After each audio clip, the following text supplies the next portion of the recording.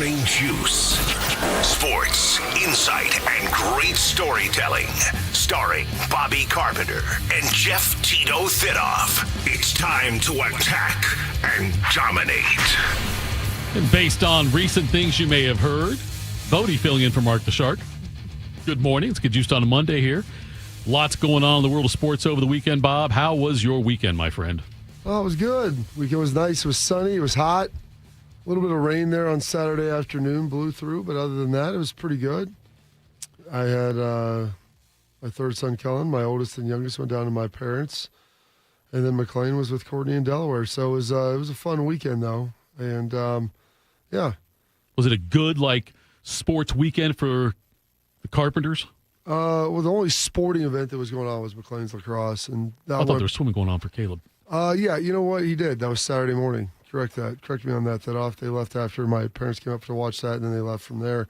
Yeah, Caleb did pretty well. Good. They did good. The team did good. They've got the rest of their championships here today for the older kids. So we're doing that this afternoon. But, yeah, it was a pretty successful little venture, I would say. I was at Bowling Green this weekend. That's great, the Falcons. For Charlotte's the regional meetup there. She made it to the finals in a couple of events. It was good. It was nice atmosphere there and everything. And didn't see Eddie. I should have asked you to let Eddie know I'd be in town. I forgot to do that. I'm guessing he's probably on vacation right now. Yeah, he could have made time for me. But anyway, it was a good weekend, though. And I got to play some golf yesterday. I didn't get any rain when we were golfing. We played out at Darby Creek. They took care of us out there. Though of course, it's in great shape. It really was. But we had fun out there on Sunday, I should say. I guess you had rain Saturday. Sunday's when we played yesterday. Bodie, your weekend good? Yeah, it was pretty good, Tito. I didn't do much of anything. My mom and stepdad both had a bunch of stuff going on, so I was just at home watching the dogs. We just were chilling, so it was great. Did you get any movies in this weekend, Bodie? Did not get any movies in. Hammered out 90% of I think it's the third season. It's the most recent one of Reacher. Oh, yeah. That's pretty enjoyable. Yeah, we've watched that. We watched the first 3 seasons. They've been pretty good. Yeah. They're making a 4th. Are they? Okay. Yeah. How many? There's quite a bit of books, aren't there? There's 15 books. Yes. Or something. You know what? So I enjoy the series. Let's just keep hammering it out, man. It's good. probably not the most realistic thing in the world, but I don't it's know. fun. I mean, listen, he's like a borderline superhero. He's not. He has the powers of Superman without actually being Superman. He's but just really big and fun. strong. Yeah, so really big and strong. Nowhere to complain. Nothing to complain about that. I put this poll out on Twitter. If you could have one actor's catalog, it's all the movies you can watch the rest of your life, though. Would it be Hanks? Would it be Tom Cruise? Or would it be Harrison Ford? What was that? I'm sorry. That's okay. One Harrison actor's Ford. catalog to watch for the rest of your life, no other movies. Harrison Ford, Tom Hanks, or who's my third one? Tom Cruise. Tom Cruise. Okay. I didn't hear that. Yep. I just wanted to make sure I got all of the stipulations that were around that. It's a great question. I mean, Harrison Ford gives you all of the Indiana Jones, and let me ask you this. Yes. Can I get the whole Star Wars catalog even though he dies? Only the ones he's in. Spoiler alert. Yeah, it was about 10, 12 years ago, right? No, it wasn't that long. It was probably Yeah, I think it was. He died the first one they came back with, right? Yeah, you're probably right. Yeah. So it's probably been With Hanks, get the Toy Story movies too now, though. Yeah, I like Toy Story. I'm not a crazy fan about it, though. It's mildly it's entertaining, but Yes. I don't love them. I mean, you got Castaway in there, which is one of my favorites. Philadelphia is really good. Apollo 13. Cruise, you get all the Mission You got Impossibles. Catch Me If You Can. All the Mission Impossibles. Cruise, you get all the Mission Top Gun. Impossibles, both the Top Guns. Yeah. Risky Business. Days of Thunder, Risky Business, Right. All the Right Moves, Cocktail. It's going to be tough to top. They're all such unique, lanes. Yeah. I would say I've watched more of Cruise's stuff as of late. Hanks doesn't give you any series, but he also gives you the Green Mile. There's a lot of just really good movies that he's been in that are all standalones. Whereas Cruise, you have some great action. And then you get the Mission Impossible series and Top Gun, which they're probably making a third, so that would be falling in there too. You got Indiana Jones. Yeah. You've got Star Wars. Then you also get Fugitive and some of his other stuff in Clear there. and Present, like the whole Jack Clear- Ryan, yeah, right? Clear and Present Danger. That one. Danger and Patriot Games. Yeah.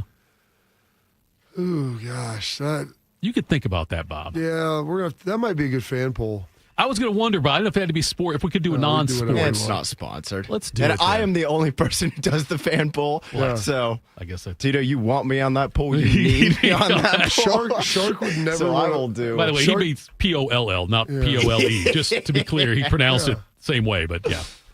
But Shark would always make Beam do it, and then Shark would always complain when he didn't think it was up to his standard. I Right. was like, well, then you can do it, Shark. If you want a different one, I would help him think stuff up, and sometimes they'd be maybe a little crazy. We did have a banger of a fan poll on Friday. Which was on Friday? See if What I was can it? pull it up real quick. You know, I look for inspiration for the fan poll every day. Yep. From the moment I wake up. Yes. And on Friday, you guys inspired me with your is Ohio State versus Penn State a rivalry in yes. football? Oh yes, there was And a lot of I action on aim that. for two things with the fan poll. One, to make people think. Like Jimmy V, you think, you laugh, you cry. Right. Well, if you It's read the hell of a fan day. poll, That's the a heck of a thinking is day. out of the way. We're not Right. going to try to make you cry, but and then I also want it to be. My goal is to have the option, the responses be as even as possible. So if I put 2, 3, 4 out there, I want it, want it to be 50-50 or 33, 33, 33, etc. This one was pretty close. We got so it was. Do you consider Ohio State and Penn State to be rivals in college football? Yes, 52.5%. Ooh. No, 47.5%. So That's a good poll then. I mean, some people are calling it the greatest fan poll in the history of WBNS, but That's that's fantastic. And Who's by to the way, say? that right there is one of the reasons we got rid of Shark. So nice job by you on that one, Bodie. Morning Juice sponsored by Riverside Bank in Dublin and Event Risk Elite Protection. Bobby, we're 17 days away from the Pro Football Hall of Fame game. Tell me how excited you are. Scale of 1 to 10. 17 days. So that means teams are reporting then for that. Yeah, I Has would think so. anyone- has Yeah. anyone- what do you mean? I would think so. You're giving me all these different dates, and you don't give me the date the first. I know when team they're reporting. reports? I You can. do. It's all public. Okay, I care about the game coming up. I don't look at when they report because I want to see live football. I'm not going to be able to watch They them will show checking you. in. They will show you practice. They will. after they report. So that is a fairly significant development. 47 days to Ohio State, Texas. So we're right on the corner on that one. the as well. Chargers report. Well, they already reported. So someone did. I was going to Yeah, say if you're them. 2.5 weeks They're out, playing the Lions, right? Okay, Detroit. They report this week, 16th, a couple days. yeah, Okay. All the right. Chargers already did. So the Chargers Screw Jim Harbaugh. That'd be terrible. take the Chargers in the points in that game. They're already Look, getting after it 4 I got days to ahead of time. study the depth chart. Reds beat the Rockies 4-2. Guardians over the White Sox 6-5 and 10. All-Star game Tuesday, so there's no Major League Baseball. Home Run Derby's night 8 o'clock, Bob. You'll be glued to that, I'm sure. I do watch some home run derby. Do you really? Well, I mean, it's more entertaining than a baseball game. That's fair. I would probably say it's probably fair. All right, let's make them smarter. Time to get smarter. Morning Juice presents Today in History. Here's your professor, Bobby Carpenter. Take it away, General. Oh, it is Monday, July 14th. I can get my other. There we go. Monday, July 14th. For some reason, my website has the 13th pulled up still. Knew that one correct that off. This date, 1874, the Great Chicago Fire of 1874 burns down 47 acres, destroying 112 buildings, and unfortunately 20 people lose their lives. Fairly significant fire in the city of Chicago's history. 1881, Billy the Kid is shot and killed by Sheriff Pat Garrett at the Maxwell House in Fort Sumner. The great outlaw from back in the day. 1934, Babe Ruth hits his 700th home run against the Detroit Tigers. 1951, Ferrari takes their first Formula One Grand Prix at the British Grand Prix, first one that they had. And Dedicated to the One I Love is released by the Shark would probably know this, the Shirelles. The Shirelles, that's correct. Yep. I think to nail that. There we go. A lot of I's, a lot of E's in there. Yep. I was trying to navigate which ones would be long and which ones wouldn't. In 1964, I was in 1959. 1964, Hard Day's Night by the Beatles is released. It's been a hard day's night. I should be sleeping like a log. But when I get home to you, I find the things that you do will make me feel alright. That's one of my top 5. Yeah. I like Hard Day's Night. See, I can't do a top 5 because I do top 5 Beatles and I'll hear forgot about that one. That one's really top 5. My top 5's got like 42 songs from the Beatles. Yeah, that's the problem with a list. Yeah. For every one you put on, you have to take one off. Yeah, I know. Your list can rotate though, just kind of a feeling thing. Yep. This date 1983, 42 years ago today, one of the most famous video games is released, spawning movies and all kinds of things. The Japanese folks creating a video game with a couple of Italian plumbers. Mario Brothers is released in Japan. In mid-1983, Nintendo released Mario Brothers, the arcade. In this game, Mario and Luigi are plumbers with the task of exterminating creatures that emerge from the sewers. It's a very simple concept. To complete each phase of the game, you've got to flip the enemies on their back by punching the blocks below them. There's also a limited use POW block that can hit all enemies currently touching the ground. Once the enemies are on their backs, you need to run up to them and touch them to kick them off the screen. After defeating all of the enemies, you move on to the next stage. In this game, you can see some of the fundamentals of Super Mario Bros. Coins, pipes, turtles. The idea that the brothers themselves being plumbers first came from this game. This game was so important to the development of Super Mario. Absolutely amazing. That game sounded a lot less fun the way he described it. Yeah, it wasn't. That did not sound entertaining, buddy. I'm not playing anymore. That's how it's played. Yeah, it was very good though. I mean, that was the OG, man. Yeah. Got it rolling. I remember playing on Nintendo, Super Mario Bros. 2. 3 was a real big deal. That was a lot of fun. They added some new elements to that. And then you start getting into the Super Nintendo and then into the 64, Mario 64 and everything else. A lot of fun. And a good wholesome game, Thitoff. Let the kids play it. I skipped this one. 1974, Rock Your Baby by George McRae. It's number 1.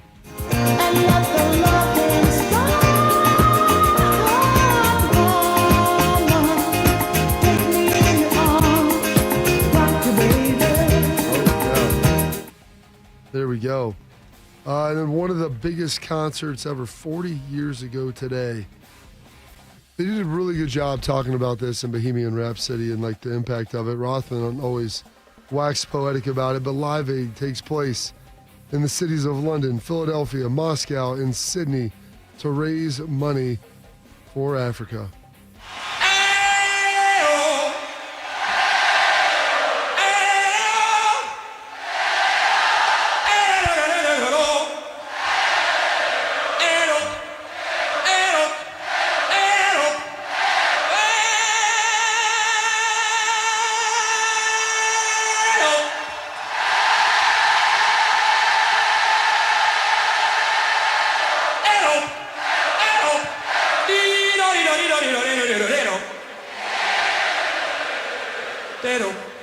Tito. All right. Buddy, I'm a boy, make a big noise, playing in the street. Gonna be a big man someday. A smile on your face, a big disgrace. I mean, that, I forget how long they were supposed to get for that. And I think, didn't they blow through the time? They went for like 22 and a half minutes. Yeah, they were supposed to get like 6. It was something. For the people. Yeah. That's where Phil Collins played in both of them, the one in Philly and the one over at Wembley. Oh, really? He played one, then jetted over for the other. Oh, Phil Collins, legendary. Freddie Mercury, though, awesome job in that, coming back with Queen, because they had been broken up a little bit before that, I think. Or at least weren't touring. This day, 2024.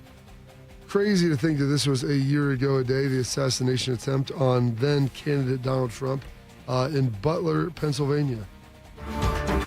Good evening. I'm Adriana Diaz. This is a CBS News special report. We are coming on the air live tonight, moments after shots have rung out at a rally where President Trump was addressing the crowd. We're going to bring in Scott McFarland to let us know what he has seen and heard. Scott? Adriana, it was a series of explosive sounds just about 5 minutes into the president's rally, the former president's rally here in Butler County, Pennsylvania. We saw the Secret Service rush the podium when the noises began, move President Trump, former President Trump, off the stage, and when he emerged, he appeared to have some blood somewhere near one of his ears and moved with the Secret Service detail to some type of motorcade vehicle, and this rally has since ended. Wild. I was driving back from whitewater rafting, and like they broke in on everything. Yep. Just a wild scene, and seeing everything that transpired after that, the rest of that day. Pretty surprising and shocking moment. Some birthdays. Julius Caesar, born in this day 100 BC. Maybe not quite as famous as Julius Caesar, but the great Jan Lynch, turning 65. You know, Andy, I've been thinking about your problem. I think I might have a solution for you. You ever heard of the term "fuck buddy"? It's what? It's a special friend who you fuck. No, haven't heard that term. When I was a little girl, I developed early. By the time I was 14, I had this body you're looking at. Can you imagine that? I don't want to, no. Well, needless to say, a lot of male attention. I bet, yes. Especially from our Guatemalan gardener, Javier. Okay. You know, Javier, before he made passionate yet gentle love to me for the first time, he serenaded me with a beautiful old Guatemalan love song. Really? That's sounds nice. Cuando regla mi cuarto. Oh, That's fantastic. that is one of the most uncomfortable and awkward scenes. Oh, yeah. I bet.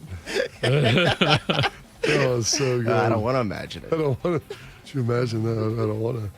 Oh, Steve Carell, Jane Lynch doing a great job there. Robin Ventura.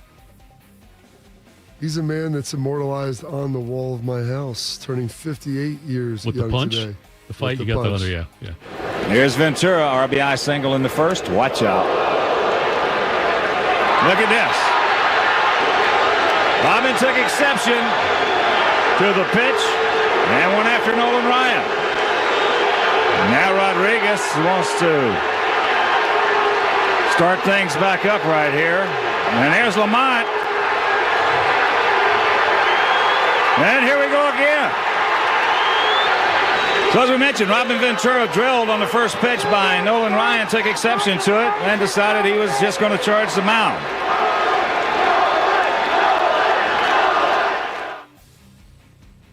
The fact that Nolan got him in that headlock and just whooped him. I mean, it was. And Nolan Ryan was. He was old. He was in his 40s. He was then. old man strength there. Yeah. He was in his 40s at that point. It's sad. Robin Ventura. That's the thing he's probably most famous Who for. cares about the 58-game hitting streak in college he had? The record 58 I have no game. idea I know. how good of a baseball player Robin Ventura is. If you mentioned, as soon as I saw him, that's what you think. His birthday, I told Bodie, get the fight, get the headlock. Right. Radio's the theater of the mind. Yes, sir. The young king turning 37. I don't know if he's a current. Doesn't really fight anymore. Think he is. Former USC fighter Conor McGregor. Every single one of you. Look, what's next for me, Joe? I'm gonna get that second belt. Where the is it? They should have had them 2 belts ready. Spit shine for me. They're both in the octagon. It's never been done before. I'm sure you'll get your second belt. But listen, I've spent a lot of time, Joe, slating everybody in the company. Backstage, I'm starting fights off everybody. I've ridiculed everyone on the roster. I just want to say from the bottom of my heart, I'd like to take this chance to apologize to absolutely nobody. The double champ does what the he wants. I think he's fought more outside the octagon the last couple years than inside. I was going to say. Yeah, it's been a hot minute. But I mean, he's a legendary performer. Legendary does a great job. promoting. The fact he got to fight Mayweather, make all that money too. Good for him. Yeah, I know. No, it's great. Yeah. I mean, I would say it happened in America. That was an American fight. He's Irish. Yeah. God bless America still. It's all Maybe good. he can fight Jake or Paul. Whichever one. I think yeah. it's Jake, yeah. Fight them both. Hell. at the same time. Yeah, why not? There you go. Harrison Buckner, Chiefs kicker, turning 30. And then on this date 1 year ago today, lost Jacoby Jones, NFL wide receiver. Jim Harbaugh, that is. And there's going to be a run back from 9 deep for Jacoby Jones. And look at him go. Jones is past the 50, and he is flying inside the 20 on a kickoff return. 109 yards and a touchdown, an all-time record. There have been 108-yard returns in league history, never 109, and what a way to bolt right out of the locker room to start the second half. Right out of the locker room, 109 yards. Somewhere today, Matty Hayes is smiling. Yes. Jacoby Jones, R.I.P. And I think Jim's still screaming, he was holding. He was exactly. The Harbaugh brothers going back. The Harbaugh. I mean, what's better than that? The lights went out. Listen, it's too bright for him. You know? Too much electricity in there. Oh, goodness. Some holidays observances. It's Bastille Day. Big day for Shark. International Nude Day. That's probably why he took the day off. National Grand Marnier Day. National Mac and Cheese Day. Ooh.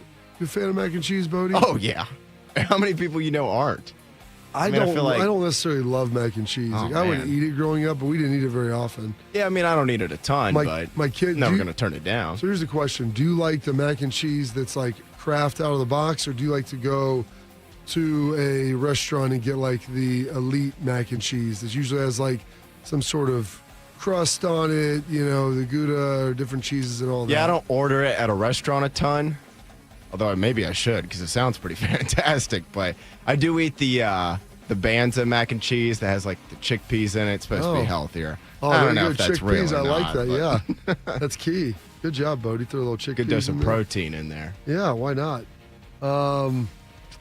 Pandemonium Day, Shark Awareness Day. Uh-oh. No surprise right Let's there. call them. Yeah, we should. Exactly. And those are your historical events, your birthdays, your passings, your holidays observances for this date, Monday, July 14th, the 195th day of the year, and $1.70 remaining in this 2025. Well done, as always, General. Bill Bennett of Sporting News joins us next. Morning Juice.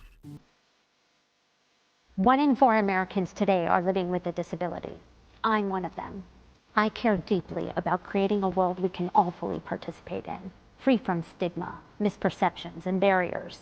And we've got a trusted ally on our side, an organization we can rely on, Easter Seals. Rooted in communities nationwide, Easter Seals helps empower millions of people, regardless of age or disability, through its life-changing services and powerful advocacy. Today and every day, Easter Seals is leading the way to full equity, inclusion, and access to healthcare, employment, and education for people with disabilities, families, and communities. That's my Easter Seals. Make it yours. Learn more and get involved at easterseals.com.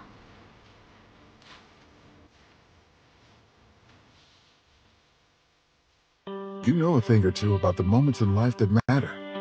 You've seized those moments to embrace joy, accomplish great things, and build meaningful relationships. Is it time now to sit back and reflect on a life well lived? Maybe.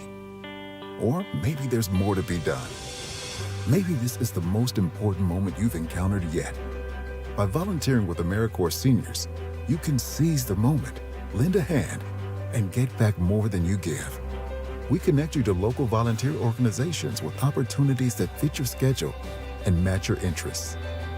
Through AmeriCorps Seniors, you can support people in times of need and make your community stronger. You can become a companion to your older neighbors, brightening their days with friendship.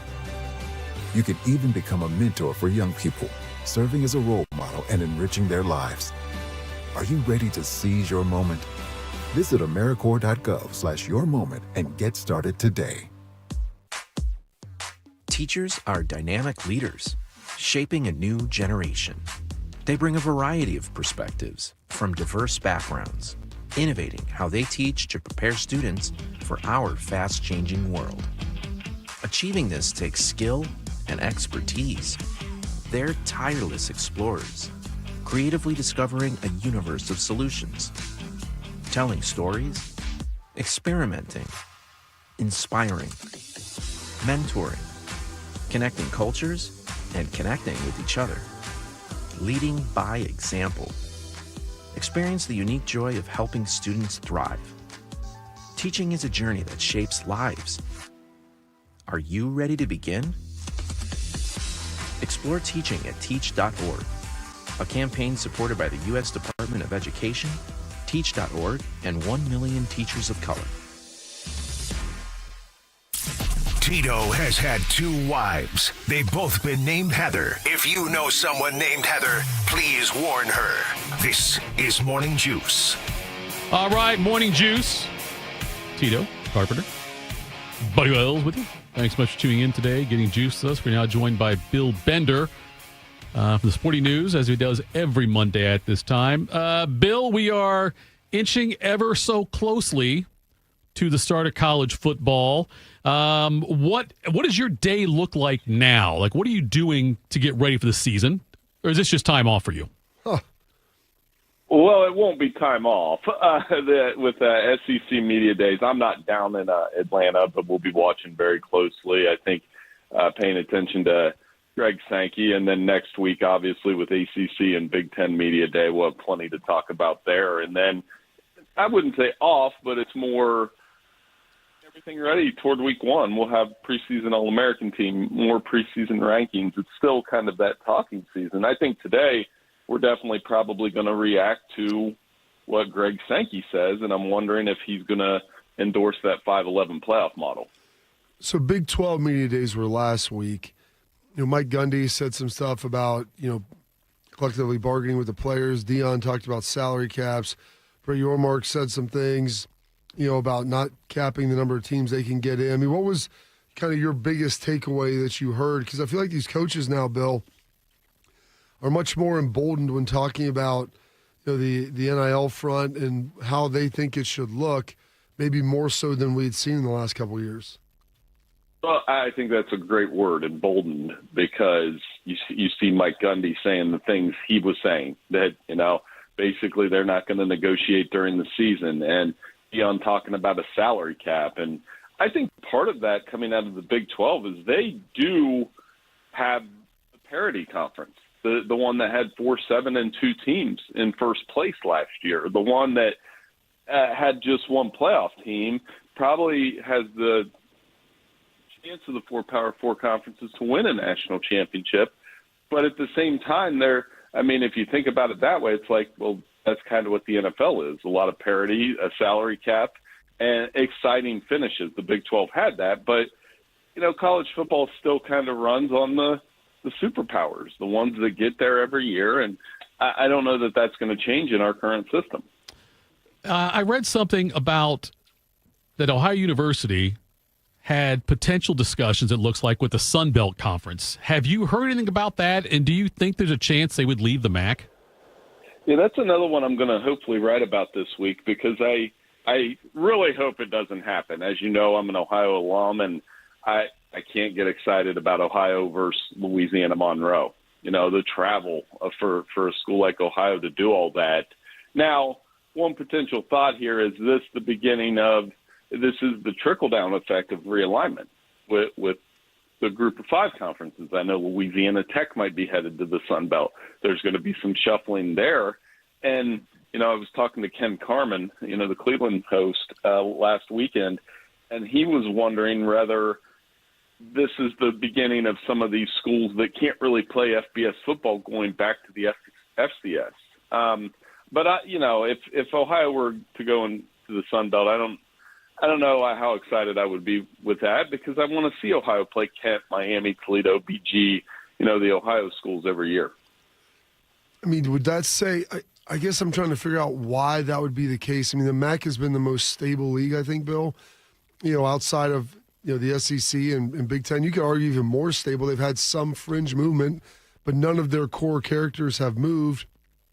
No crazy additions. Northern Illinois just leaving, but they came in later. They had some bouts, and you look at UMass and UMass popping in there, Buffalo, like Temple. There's been a little bit on the perimeter, but I can't. I'm trying to struggle for the strategic move of how that would improve the standing, I guess, of Ohio University.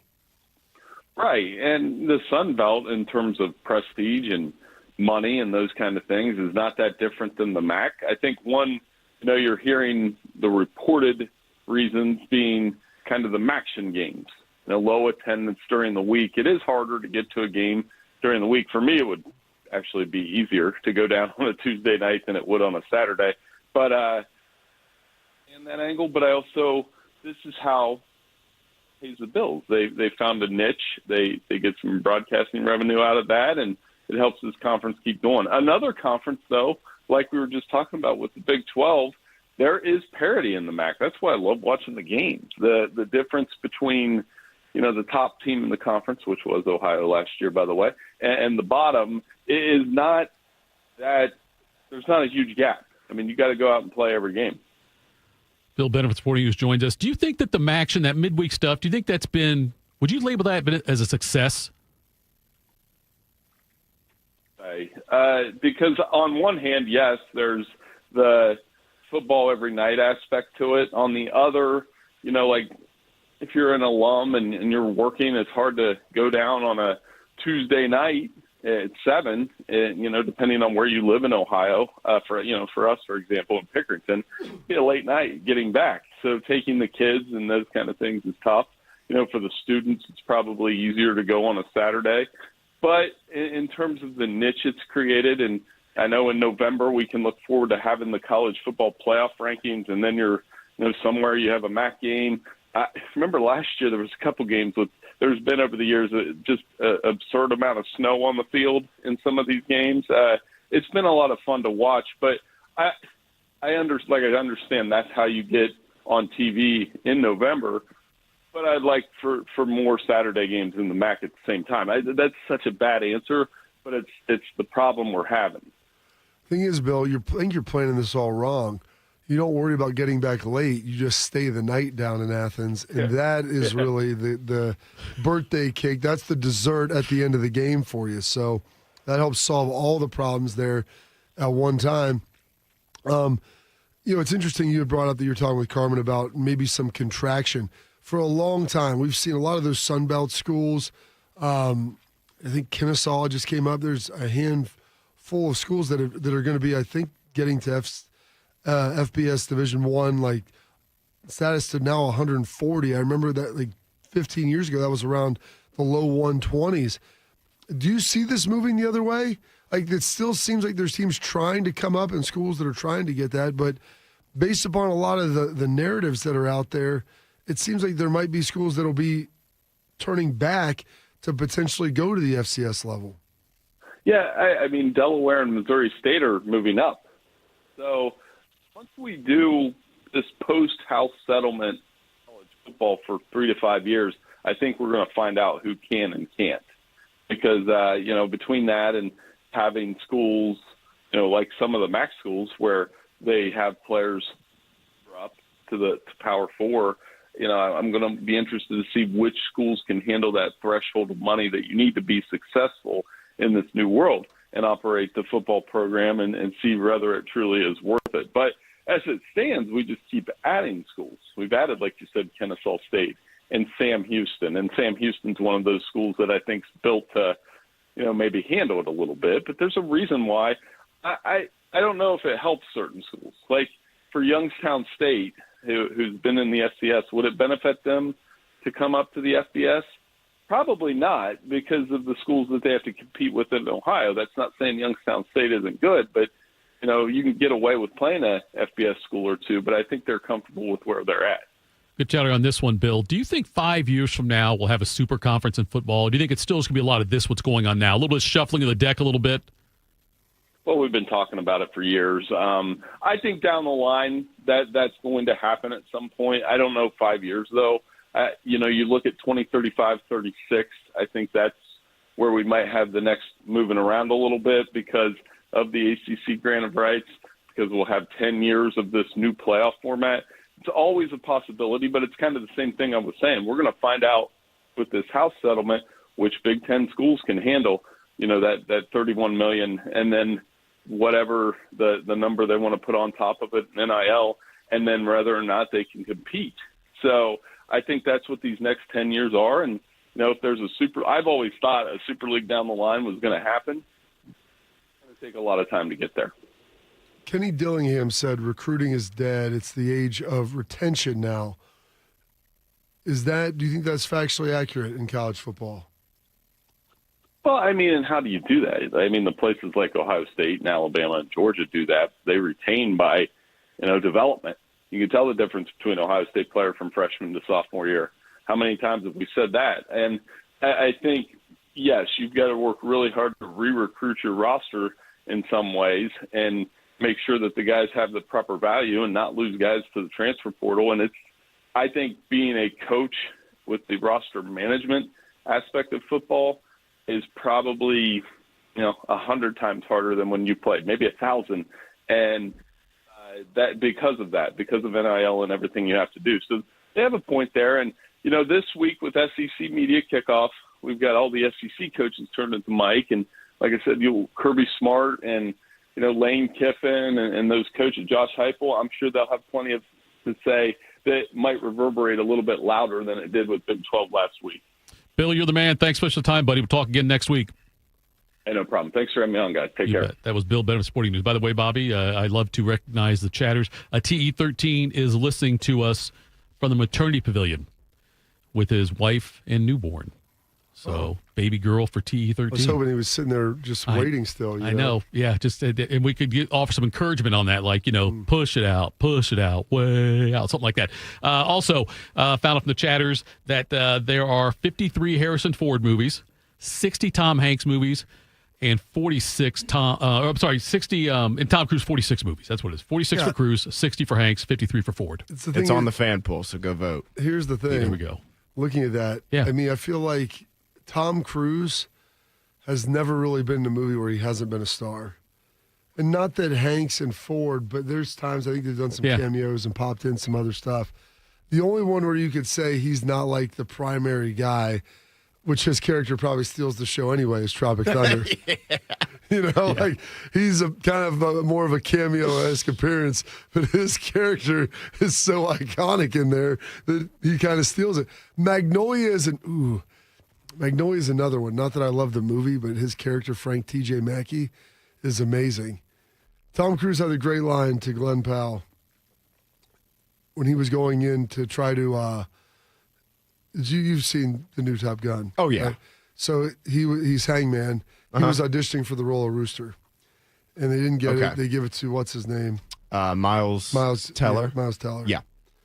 And he's kind of upset, and Cruise goes, I really see you more as this Hangman role, which I could not even envision him now being Rooster. That would have been so bizarre. He's a much better Hangman. Yeah.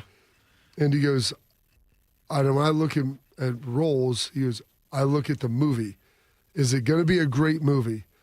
And then I make my role great. And he goes, that's how you develop iconic roles. He's like, find a great film or find a great script and then get a role in that movie and you make yours the best. And I was like, it was really the greatest advice because it kind of goes back to sports. Do you want to be the guy who's scoring 30 points, on 12 of 40 shooting, right? And winning, a third of your games, or would you rather go be, the third best player on a great team that's winning championships? So TE13, there's Lexi watching us from the maternity area there. Did you have sports on? Do you associate? Was there any kind of sporting event going on during the birth of one of your children? Any of my kids. Well, I was watching game film on a DVD on my laptop for my oldest son. Okay. Because we didn't have. Right. It's crazy. Within 2 years then in Detroit, we were at iPads and everything flipped right over. We were still watching DVDs. My daughter was born on St. Patrick's Day. And ironically with that, I told Bo that I would do a 10 TV hit with him that night. Yeah. And I forgot I was in the hospital up at Riverside. And I was like, hey, it's like 5 o'clock. I told my wife, I had to go down there, which was cool. Went down, came back. It's 10 minutes. And then Cullen was in May, so there's really nothing I think of significance then. I mean, I was like lifting for my other two kids, and Court's like, hey, just when you get back, I'll text you when it's ready to go. Yeah. And Caleb was in August. So, yeah, it was like the start of football, but nothing. There wasn't like any iconic things that were on, and my wife didn't have these. RJ, we rode there overnight because she got induced, but the other rest of them, we were like in, and baby was out, and we were ready to go. I remember I did the Buckeye show the same day Artie was born. I came in after that and did that with Shark. And then when the very, very first one of mine was born, there was the night of the Antonio Freeman catch against the Vikings in overtime, I think it was, where he's falling down and makes that catch. I remember watching that from the hospital. A little ticked off. The one I couldn't get a pay-per-view fight. One of the kids was born. I can't remember which one it was, but I remember bringing that up, that a little surprised with the bills that we have to pay to that place. You'd think they'd foot the cost of a pay-per-view fight for me. Coming up next, Quick Hitters Morning Juice.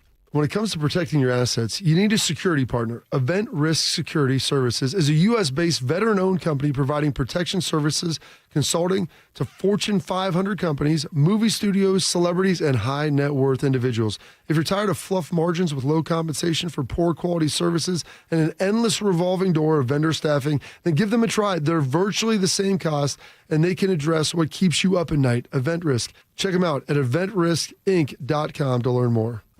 In honor of all those we've lost to cancer and those still fighting and thriving, like basketball analyst and cancer champion Dick Vitale. I want to beat cancer. I'm going to beat it. That's no doubt in my mind. I'm going to win this battle. Defeating cancer will take all of us.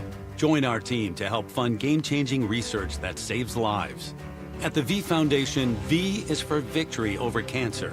V is for victory over the odds. V is for victory over health disparities, victory over setbacks, victory over the unknown. V is for victory over giving up. Don't give up. Don't ever give up. Donate to the V Foundation to join our team and help save lives. Cancer can take away all my physical abilities. It cannot touch my mind, it cannot touch my heart, and it cannot touch my soul. 100% of donations fund game-changing cancer research. Donate now to the V Foundation at v.org. We are the keepers of the wild, America's original and most invested conservationists. For more than 80 years, we've been committed to conserving wildlife and the natural landscapes that define our nation. From rugged alpine ridgelines to peaceful tall grass prairies, we've supported the conservation of more than 36 million acres of American wildlands. Our funding has led to cleaner water, fresher air, and improved wildlife habitat. From abundant fish and waterfowl populations to robust deer and elk herds, nothing is more important than maintaining wild spaces for adventurers to explore and wildlife to thrive. We are America's hunters and target shooters, stewards of the American outdoors. America's hunters and target shooters, along with firearm, ammunition, and archery manufacturers, have invested more than $46 billion to help state fish and wildlife agencies manage and protect wildlife and wildlands across America. For more information, visit outdoorstewards.org. Respiratory syncytial virus, or RSV, is a common seasonal virus, but it can have major implications on a patient's heart health. Most RSV cases involve mild cold-like symptoms, but up to 160,000 adults are hospitalized each year for more serious cases, and RSV can escalate chronic health issues. If you're over the age of 60, talk to your doctor to find out if the new RSV vaccine is right for you, and learn more at heart.org/RSV. Attack and dominate. You're locked into Morning Juice. Sponsored by Riverside Bank of Dublin. Here's Bobby and Tito.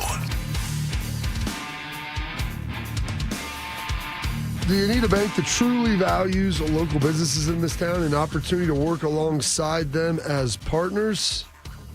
Riverside Bank of Dublin, well, they've got the right tools for you. Riverside Bank of Dublin has the experience of working right here in Central Ohio. Whether you're a large business or a smaller operation, Riverside Bank of Dublin has the right tools for you. They understand the business climate in our area and will help you reach your goals.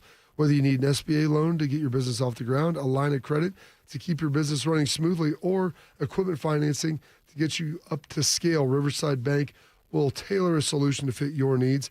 Visit them at riverside.bank or stop in and get to know them. Up there in Dublin at 6300 France Road, Riverside Bank of Dublin, member FDIC, equal housing lender. Quick jabs.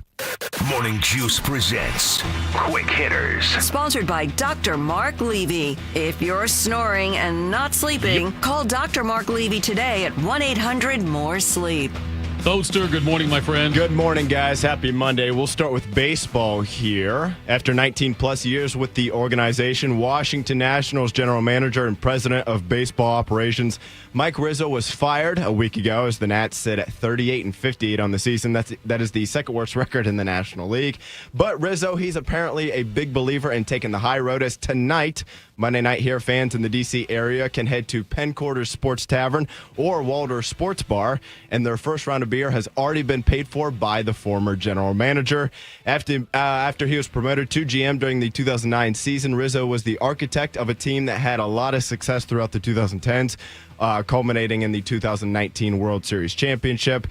Tito, it's been all downhill for the Nats since that title, but it's a pretty cool move by Rizzo to say thank you to the fans for all the good years. It is. Calling the round on Riz, says way to say thank you to all the fans and everything, and pretty cool he's doing it. And he did a lot of great things there. I had a chance to interview him a couple of times over the years for different stories I was doing, and professional, engaging, and look, guys get fired like this, it's not because he's not good at his job, so trying to mix things up a little bit. Rizzo was good. They fired Martinez, our manager, too, Dave Martinez, but Rizzo's a class act, and this just adds to that. And he's, the fact he's doing this with fans is a pretty cool thing, Bob.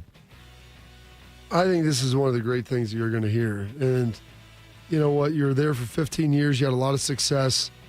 You had the success because of the fans, and it's a way to give back, a way to give them thank you. I was hoping he'd be at the bar with them. I thought what I thought too when I saw the headline. Yeah. That would be nice. He might make a cameo on one of them. You never know. Yeah. Maybe shotgun a couple beers with the guys. Absolutely. For old time's sake. Yes. The 2019 highlights on the TV. That's what you do. Yeah, boys. Next up here, guys, on Tuesday, April 1st of 1997, the Philadelphia Phillies defeated the LA Dodgers 3-0. That win marked the first of manager Terry Francona's career. Now, more than 28 years later, Francona earned win number 2,000 yesterday afternoon when the Reds beat the Rockies 4-2 at Great American Ballpark. Francona becomes just the 13th manager in MLB history to earn at least 2,000 wins. And sitting in 13th place on the list, and Bobby, if Cincinnati can manage to go even just 500 over the next few years, Francona could find his way just outside of that top 5. Yeah, he's done it at a big-time level for a while. You look at what he was able to do with the Red Sox, breaking the curse with them. His great run in Cleveland, they got them so close but could not get them a title. And now takes his talents down 71 to Cincinnati, and we'll see if he can put that together. They've got a good young roster. Hopefully, their ownership group will allow them to be as successful as he could be. Yeah, he's one hell of a career, obviously. There's 3 of the 13 are not in the Hall of Fame that got the 2,000 wins. Bochy, who's with the Rangers, and Francona, who obviously are still managing. They're not eligible yet. And Dusty Baker at 2183, he's not eligible yet. He'll get in, I'm sure. But yeah, Francona winning 2 World Series titles in Boston after that long drought they had. Him able to do that, talk about never having to buy a drink in a place. That rounds on Riz. Rounds are for Terry Francona, I'm sure, anytime he goes anywhere in Boston. Had a decent run in Philly. Then you get in Cleveland. It would have been amazing if he would have gotten Cleveland. He had him right there. Yeah, and it's interesting because damn rainstorm. Yeah, Theo Epstein was the GM of the Red Sox. Oh, I wonder where you're going with the that. GM of the Cubs. Way to put his first name on it. Yeah, Theo Epstein, yeah. Was he on the list? Oh. No, but I'm saying he was. Anyway, he led those 2 storied franchises. That was oblivious to you. No, I got it now. Now I got it. Bodie got it way No, before it took me a second. Look, anyway, the fact that Theo was able to do that at 2 iconic franchises, Red Sox breaking the curse, Cubs breaking their curse, also the curse of Billy Goat and everything. And it would have been different with Francona doing it with the Red Sox and with Cleveland. But, yeah, good for Terry Francona, though. And if Cleveland had won 2 championships and whatever that would have been, about a 5-6 month span, yeah, I think the world might have ended. Yes. Tito, why do you think the Democrats or Republicans, like which side do you think will release that list first? Next up here. That'll be the fan That's poll tomorrow. There we go. In the last 20 years, there have been just 4 defensive players to finish in the top 4 of the Heisman Trophy voting. And on that short list of players is former Nebraska defensive tackle Ndamukong Suh, who, after 13 years in the NFL, he called it a career over the weekend. He retired on Saturday. Drafted number 2 overall by the Detroit Lions in the 2009 NFL Draft, Suh was the Defensive Rookie of the Year. He was a 5-time All-Pro Team selection, a 5-time Pro Bowl selection, and he was on the 2020 Super Bowl champion Tampa Bay Buccaneers. Had a very strong career. He also came with some little bit of controversy. He liked to play after the whistle, and he was fined multiple times for doing that. But nevertheless, Bobby, a heck of a career for the former Cornhusker. Yeah. I was there when we drafted him in 10. And very good player. Very, very talented player. Incredibly strong, incredibly physically gifted. Kind of a different guy. Not necessarily a bad dude, but he was kind of he kept to himself more than others. When you get 5 All-Pro teams, like, to me, you're on the verge of Hall of Fame at that point. I have to sit down and really look at some of the stuff, but he was one of the most dominant players at his position for the better part of a decade. And when that's the case, then to me, like, you're right there on the cusp. Yeah, and I don't know exactly how this is determined, but on Pro Football Reference, he is on the Hall of Fame of the All 2010s team. So, yeah, if you're a decade and an all-decade guy, that's kind of says you were the best of your era. Yeah, which him and Aaron Donald. Yeah, I don't know. Like, you think of iconic defensive tackles the last 20, 15 years. Those guys. Yeah, they're on the list. They're top of the list. Those are the 2 guys that you think of. Suh hasn't played since. He didn't play last year, did he? He hadn't played more than 2 years, but he chose Saturday, it says in the article in Athletic, because it's really announced on Saturday was the first anniversary of the death of his father. So that's why he decided to do that. Sometimes you hear about guys who 2 or 3 years out of a league and end up doing this. But he said July 12th, 2024 is the hardest day of my life. It's the day I say goodbye to my father, the man who raised me, shaped me, challenged me, and believed me before I believed in myself. He wasn't just a dad. He was my idol, my coach, and my anchor. He taught me what it meant to be disciplined, focused, and relentless everything I do. So, Can't come calling for him for sure. I had mentioned there in the last 20 years, he was one of just 4 defensive players to finish in the top 4 of the Heisman Trophy voting. Chase Young being another. Chase Young's the other. There's 2 more. One guy you guys probably weren't a huge fan of a couple years ago. No, but you're on the right school. What's his name? The safety. Nope. He was 5th. Peppers was 5th. Oh, it'd have to be DN for Aiden Hutchinson. No. And then in 2012. Hold on, 2012. Got a conference in there? No conference, Bob. Must be a Notre Dame player. Manti. That's right. Yeah. There you go. Boyfriend of the year. Staying with college football, which college football jobs are best to set up and win in the near future? CBS Sports ranked them, and they put them into different tiers. Here's what we've got. In the top tier, what they call the diamond tier, Texas, LSU, Ohio State, Georgia, and Alabama. Next in the elite tier is Notre Dame, Michigan, Oregon, Southern California, Florida, Oklahoma, Penn State, and Texas A&M. And then finally in the silver tier is Clemson, Tennessee, Miami, Florida State, and Auburn. What about the Pink Pony Club? The Pink Pony tier. That was the 4th tier. Tito, any of those names? What about Gary Bertier? Left side. Tito, strong side. Any of those teams that you say, they should be higher tier, lower tier? What do you think? I think I have the diamond tier correct. This feels weird saying all this out loud. I feel like LSU, they've got a good last 30 years. If you go look back over the previous 30, there's some good, but they had Jerry DiNardo as their coach. Well, yeah, you look at all those. Alabama had Mike Shula as a head coach. All these other schools. Listen, they also had, what was his name? Almost Price. Mike Price, yeah. Mike Price, even a greater Price, coach. Right? I don't know. I feel like, I think LSU's, if there's one that's going to bump down, it'd probably be LSU. You got LSU and Texas both with the highest rankings. If LSU wins a national championship, I don't know what I'll do, but I'll do something crazy because that's just not going to happen. It's just not. You have to have great head coaches to win college football national championships. And Brian Kelly's not a great head coach. He's really good. He's won a lot of games. He's not he's just not going to win a national Is championship. he James Franklin South? I think that's probably relatively fair. Yeah. I mean, if LSU, I would bet on LSU. They play Clemson week 1, right? Yep. I'd bet on them winning. I think they're more likely to do it. They haven't won an opener in 6 years. That's amazing, by the way. Which is incredible. The last time they won one probably was then Joe Burrow, right? Yeah. Yeah, had to be, ago. right. I mean, I would bet on, I think Kelly's a little bit better in the bigger game, but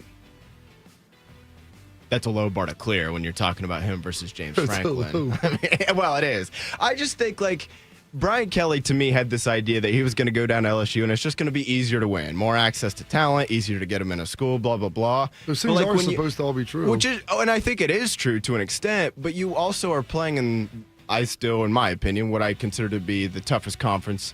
I know the Big Ten's really good, too. I'm not trying to have that argument right now, but it's one of the 2 best conferences in the sport. And you have to, like, grind, man. Like, you're playing Kirby Smart, and I know Nick Saban's not there anymore, but Kalen DeBoer's no slouch either. And, you know, Texas now is really good in the conference. Like, Georgia, Texas, all these other schools that are in that conference that you have to get past. Well, I know you don't have to get past all of them to get into the playoff and whatnot, but, like, you got to get after it, man. And, you know, 12 years in South Bend, I never really remember Brian Kelly just being this guy that's, like, willing to die right, and recruiting and every aspect of it every single day to do what it takes to win a title. I think was willing to sacrifice that film. That's true. That's true. Yes. He was trying to do whatever it would take, Brody. That's true. Let him they didn't realize it was going to be windy. Right. That day, we got to get this film, though. Hey, buddy. Yeah. How else would we have gone 8-5, and then I could blame all the players who were Charlie Weiss's players for losing? So the Elite Tour, they've got Notre Dame at a 4.2, and these other schools they all have ranked the same, Bob. Michigan, Oregon, USC, Florida, Oklahoma, Penn State, A&M. It feels like Oregon should be higher than that. A&M and Oregon. Okay, so what is this based on? Like, is their criteria? Is this where we're positioned now? Like over the next several years to position for immense success over the next several years is what they're saying. And they looked at recruiting, resources, NIL, etc. Talent pool, geographically where you are, administrative edge, and executable expectations.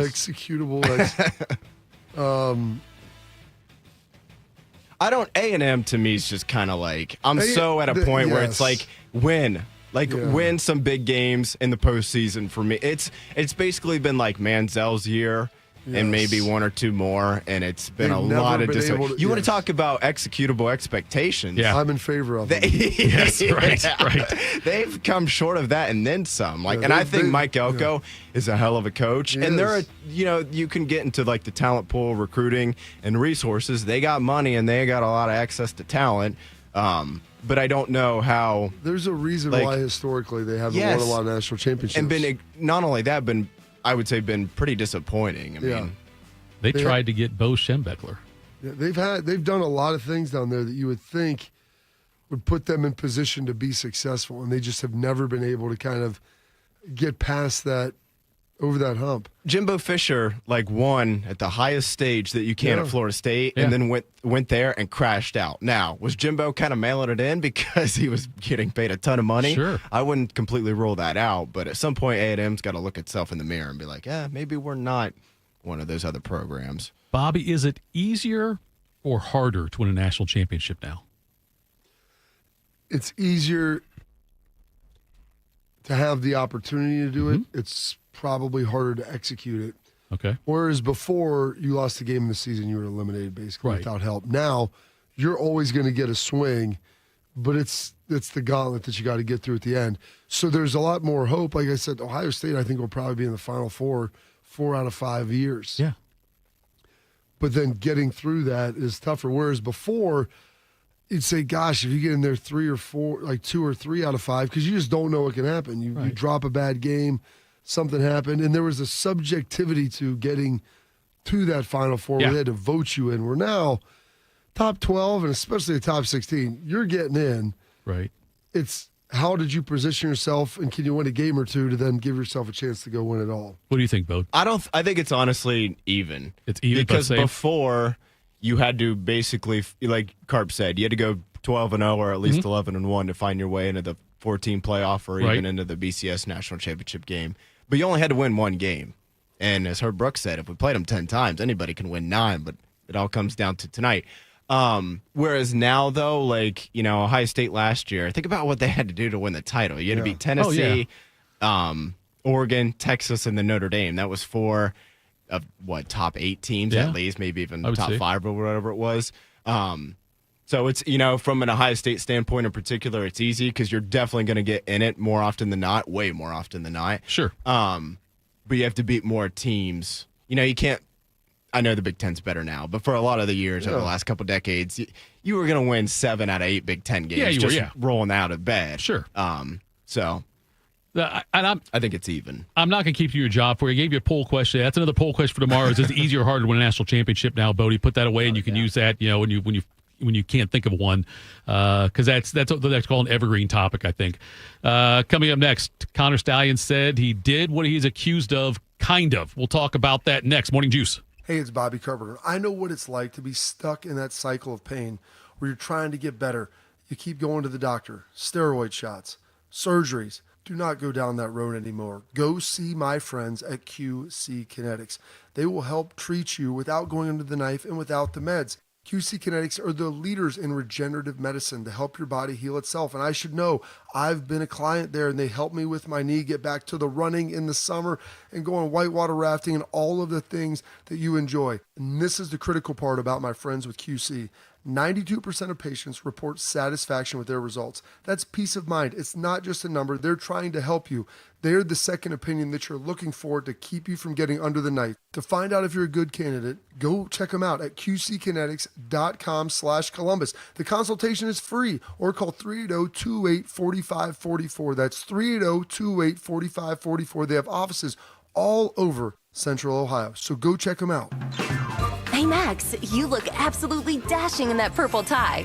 Ready to harness the world? You bet, Daisy. I'm ready as I'll ever be. And might I say, your purple tie really pops with your vest. Thanks. I almost went with a cape, but didn't want to come across as pretentious.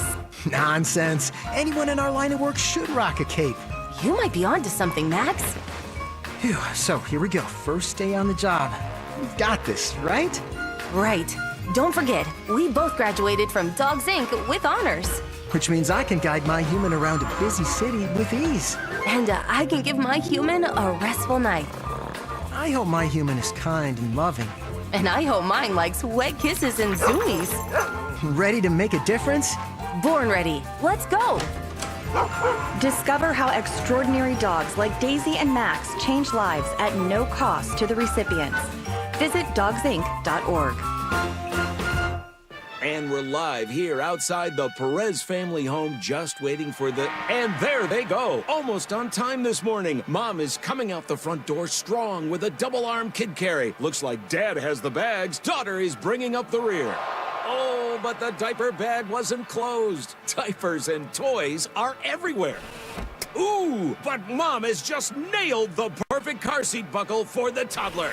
And now the eldest daughter, who looks to be about 9 or 10, has secured herself in the booster seat. Dad zips the bag closed, and they're off. But looks like Mom doesn't realize her coffee cup is still on the roof of the car. And there it goes. Oh, that's a shame. That mug was a fam favorite. Don't sweat the small stuff. Just nail the big stuff. Like making sure your kids are buckled correctly in the right seat for their age and size. Learn more at nhtsa.gov/the right seat. Visit nhtsa.gov/the right seat. Brought to you by NHTSA and the Ad Council. Proud to be your go-to sports addiction. WBNS, WBNS-FM, HD3 Columbus. The Fan 3, Ohio sports destination. Tito invited the new Russian family who moved in down the street to watch Rocky IV. It did not go well. I must break you. This is Morning Juice. Morning Juice. Tell you about Rothman and Ice on Tuesday. They go courtside. Join Anthony Rothman and Matty Ice live from the Shot as they bring you exclusive access to Buckeye basketball summer workouts. They'll sit down with head coach Jake Diebler and select players for insider interviews you won't hear anywhere else. It's Rothman and Ice live from Buckeye basketball summer workouts this Tuesday from noon to 3 on the Fan, Ohio's sports destination. Bob, Connor Stalions made some comments over the weekend in social media. saying that this is what he said. I'll give you the whole quote. There were 7 games in my time at Michigan where I knew almost every signal the whole game. He listed 2021 Michigan State, 2022 against Michigan State, 2022 Penn State and Ohio State, also TCU that year, 2021 Georgia, 2021 Wisconsin. We lost 3 of those games because we didn't tackle well, and Georgia was historically good. We won the other 4 games because we dominated the line of scrimmage and tackled well. Blocking, ball security, tackling, run fits, and coverage tools. That's football. This is not rocket science. I would say it's a fairly accurate assessment. Meaning that, do you think that there's only 7 games he knew almost every signal? Saying he knew them all, I think I interpret that as saying those were the games where we needed an advantage. Okay. Those were teams where we were outmatched talent-wise, at least we thought going in on paper, or they had it was close to equal, so he probably spent an inordinate amount of time on that. It's not like you're spending all that time when they're playing Eastern Michigan. Right. Or playing Indiana. Right. It's like that was the argument when they got smoked by TCU, is that was the only team that they didn't scout that year. And so you're spending time on teams that you think that you're going to need those advantages to be able to play. So Sonny Dykes from TCU, he told On3, and that's what led to Stalions' response on this, that his team changed some signs before the game against Michigan. Yeah, and I don't think they ever scouted them in person either. I don't think they did either. The manifest would tell you that was maybe not the case. And I don't know, Bob. I go back and forth on this with when or if something will get announced and how big of a hammer they're going to get put on them and the coaching staff and whatnot. And I don't, my opinion on it changes almost every week. I think they'll get hammered. Then you know what? They're not doing anything. I don't know if they're going to get hammered or not. Do you have a vibe on that? What does hammered mean? Well, I said it's not. Are they going to get punished? Are they? Because we're in a new world now where I don't know if traditional punishments are as effective as they were. Now you have new levers that you could potentially pull, given the revenue sharing and other things like that. Sure. I mean, the forfeit game stuff never really means anything because they still won those games or whatever if they have to forfeit games. I wonder how big they'll come down on Moore. Now, Moore, I know Michigan has self-imposed a 2-game suspension, but it doesn't start till week 3 because they want to make sure he's there for the first 2 games, and they play at Oklahoma also, which was where Moore went to school. But so he's going to be coaching the home games against Mexico State and then at Oklahoma.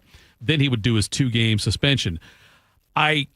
Convenient, very convenient. It's very, very convenient. It seems to me like that's not much of a punishment at all, and I would think I could see them suspending him, the NCAA trying to suspend him for those first 2 games as well, and maybe add some games onto it. I don't know. What do you think about that? I think they could add on to that. This time, like I was saying, they've started hitting people with more fines. Yeah. Because we live in an era now where money makes the world go round. Right. Especially in college athletics. So they've been hitting people with more fines. Could it be the case where for the first time ever they used to have scholarship reductions? Right. Well, I mean, is that really effective in an NIL era? So maybe they do some sort of hefty fine and then a restriction on their cap of what they can spend with the revenue share. Yeah, I wonder about that. That's another deal that they could pull, another level they could pull. You're right, because it used to be, the scholarships thing and postseason bans were the big thing. Even before that was a TV. You couldn't be on TV at times, which they're never going to do that again. But it feels like they could do a postseason ban. Now, if they did that, the argument always was, well, you're going to punish people that were there that weren't doing anything. But in this new era, they can leave. You don't have to stay. And that makes this a lot more. I'm saying there's a lot of different ways they can do this. And I just mentioned, we talked about 3, 4, 5. They could take parts of all of those. Right. They could take one main area of this and a couple other parts of that or do whatever. And so when you say come down with a hammer, there's a lot of different ways to be able to hammer them in maybe a more unique fashion than ever before. I would think if they did a 2-year postseason ban, you would see an mass exodus of people. Yeah. That knows that they're, especially they're entering their junior year or something, or a sophomore that wants to go pro after 2 years, though, who would say, you know what, I'm never going to be able to play for national championship. I'm never going to play national championship. That's a big deal. Yeah, it's a much bigger deal now than I think it used to be. Penalty free, like that's. Yeah, that's the thing. You're right. Yes, that's why I think something like that would be a lot more detrimental to the program than, say, a monetary fine. Right? I don't know. Monetary fine might do the same thing.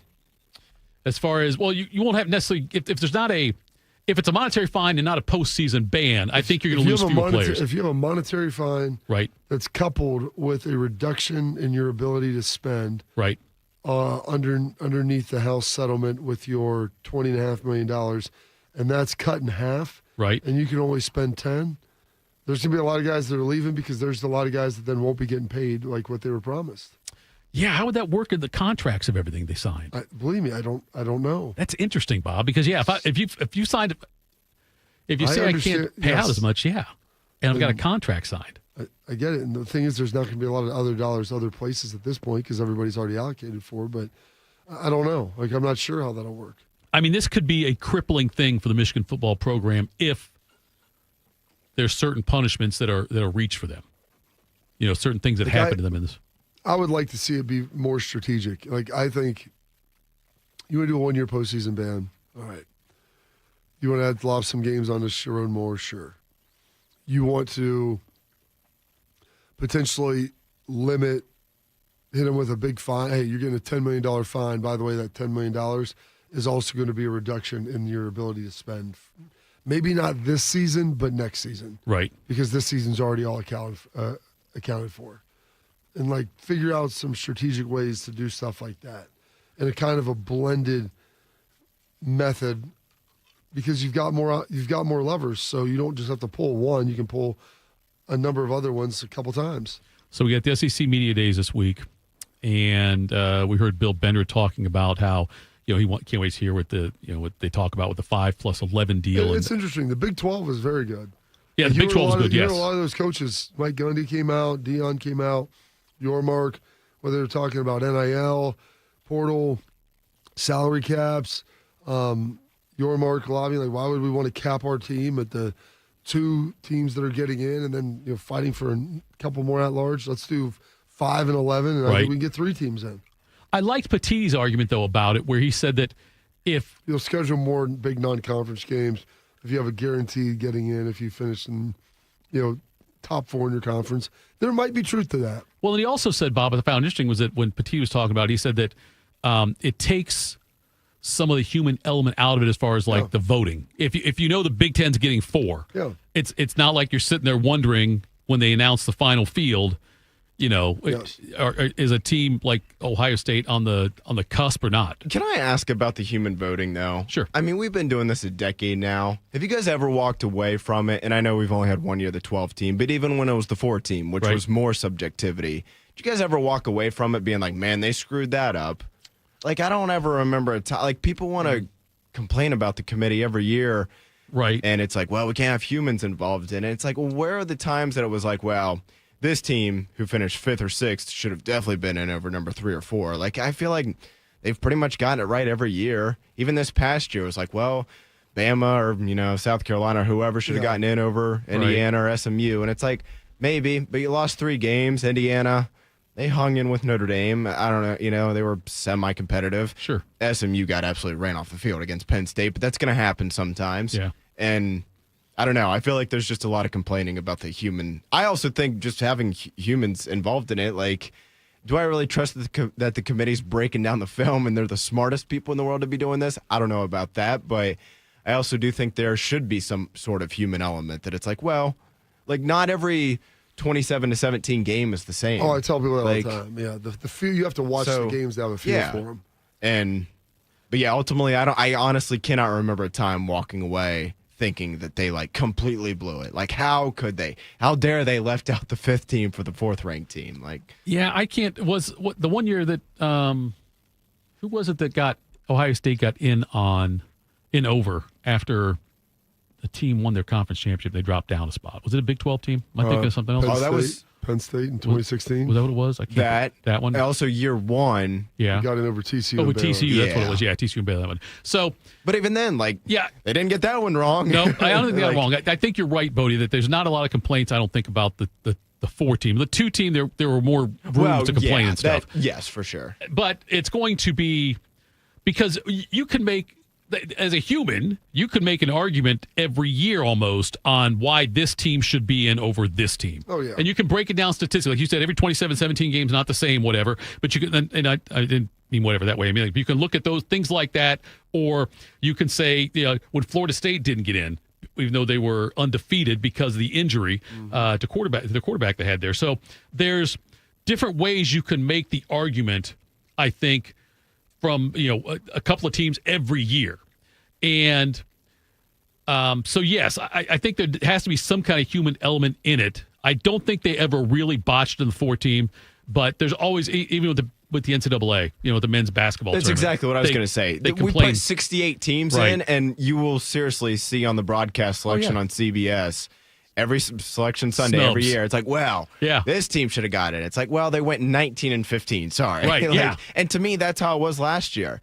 Alabama, would they have put up a better fight than SMU or Indiana did? Right. I wouldn't have bet against that. You're probably right. They probably had more talent than those 2 teams. But you lost 3 games, and you lost to Vanderbilt. Town alone. Yeah, that's you right, lost to Oklahoma Coach. To a bad Oklahoma team. Look, Indiana, they probably caught some breaks that they faced most of the bottom half of the Big Ten. But that, that's what blame Illinois your gets conference this year. commissioner then, because the reason that these conferences are so huge is because the SEC went out and added Oklahoma and Texas, and that's the reason for the unbalanced conference schedules. But you lost 3 games, man. You only play 12 of them. Right. I don't know how you could sit there and try to get on your high horse about going 9-3 and be like, we should have been in. That's crazy. So that's why my thing is, if you're going to go to the 5-11 model, which I think is probably the safest way, just go back to the BCS. You have 16 teams at that point. There's 4 champs, 12 at larges, and take people out of it. Have there is the human element to it because there's the poll voting. The poll voting there too, It yeah. still factors in, which is a large component. But then you do that, like there's really no. You're going to be arguing about the 15th, the 16th, the 17th teams. Like, come on. Like, you're talking about teams that 4 lost teams at that point. Yeah. And so you're trying to figure all that out and parcel it out. There's less nuance then to the conversation at that point. Like, you're not, and by the way, you getting in 8-4, you don't have really a viable chance of winning it anyway. So you can cry and complain all you like. You're going to get in and probably just get smoked. Now, I understand there's, the prestige of getting in and the money that's tied with it, but I've never really. The bigger you get, I believe, the less nuance you need to have the conversation because there's less arguments to be made. So you said you're talking about a 3 lost team. You're talking about 4 lost teams at that point. So Ohio State won it this year as an 8 seed. Yeah. Do you think we'll see a team seeded worse than 8th likely win a title in the next couple years? Depends on how they set up the format. I was going to say if they straight seeded. Ohio State wasn't an 8th. They were not the 8th ranked team. I'm with you. Yes, I'm with you. If it's a straight Yes. seed, Yeah. I would say no. I would say no also if they do straight seed. I think that's an anomaly there on that one. But, I think that the fact they go with the 4 this year, there's the top 4 ranked teams. But if they did like a 5 or like they were doing it now, like the 5+1 and you have the 4 and you do like kind of how they did now, I could see having a team 9 or 10 maybe slide through there. Yeah. Right, because Notre Dame was a 7, Ohio State was an 8. And I think we're probably done seeing something like that happen based on the way they're going to change Notre the Dame seeding couldn't around. be a top 4. Now they couldn't last year. Yeah, this year they could be. Yeah, last year they could not. You're right, but now they can going forward. This year they could do that. All right, coming up next, Notre Dame is now likable. Cody's happy about that. I think they're likable. Is Penn State on that path? I heard this story. I want to talk about this next. Morning Juice. Hey guys, 13-year NFL veteran and Super Bowl champion Jason McCourty here. And I'm an innovation ambassador at FAIR, Food Allergy and Research Education. I would say the most challenging thing as a parent of a kid who has a food allergy is probably the ignorance that I myself had in the beginning. So I didn't know what anaphylactic shock was. I didn't know the dangers, let alone the things that she needed to be able to have a normal life. When you go to drop your kid off, and every single time in the beginning, we'd have to go through everything she was allergic to. Preparation is everything. And me, for playing football for 13 years, it was all throughout the course of the week. It's getting ready for game day. When you're on the field, you're playing for your fans. At home, you're playing for your family. My playbook, read labels, keep it allergy friendly, and have an epinephrine nasal spray as a backup plan. Because when my family's safe from food allergens, that's the real victory. Visit foodallergy.org to learn more.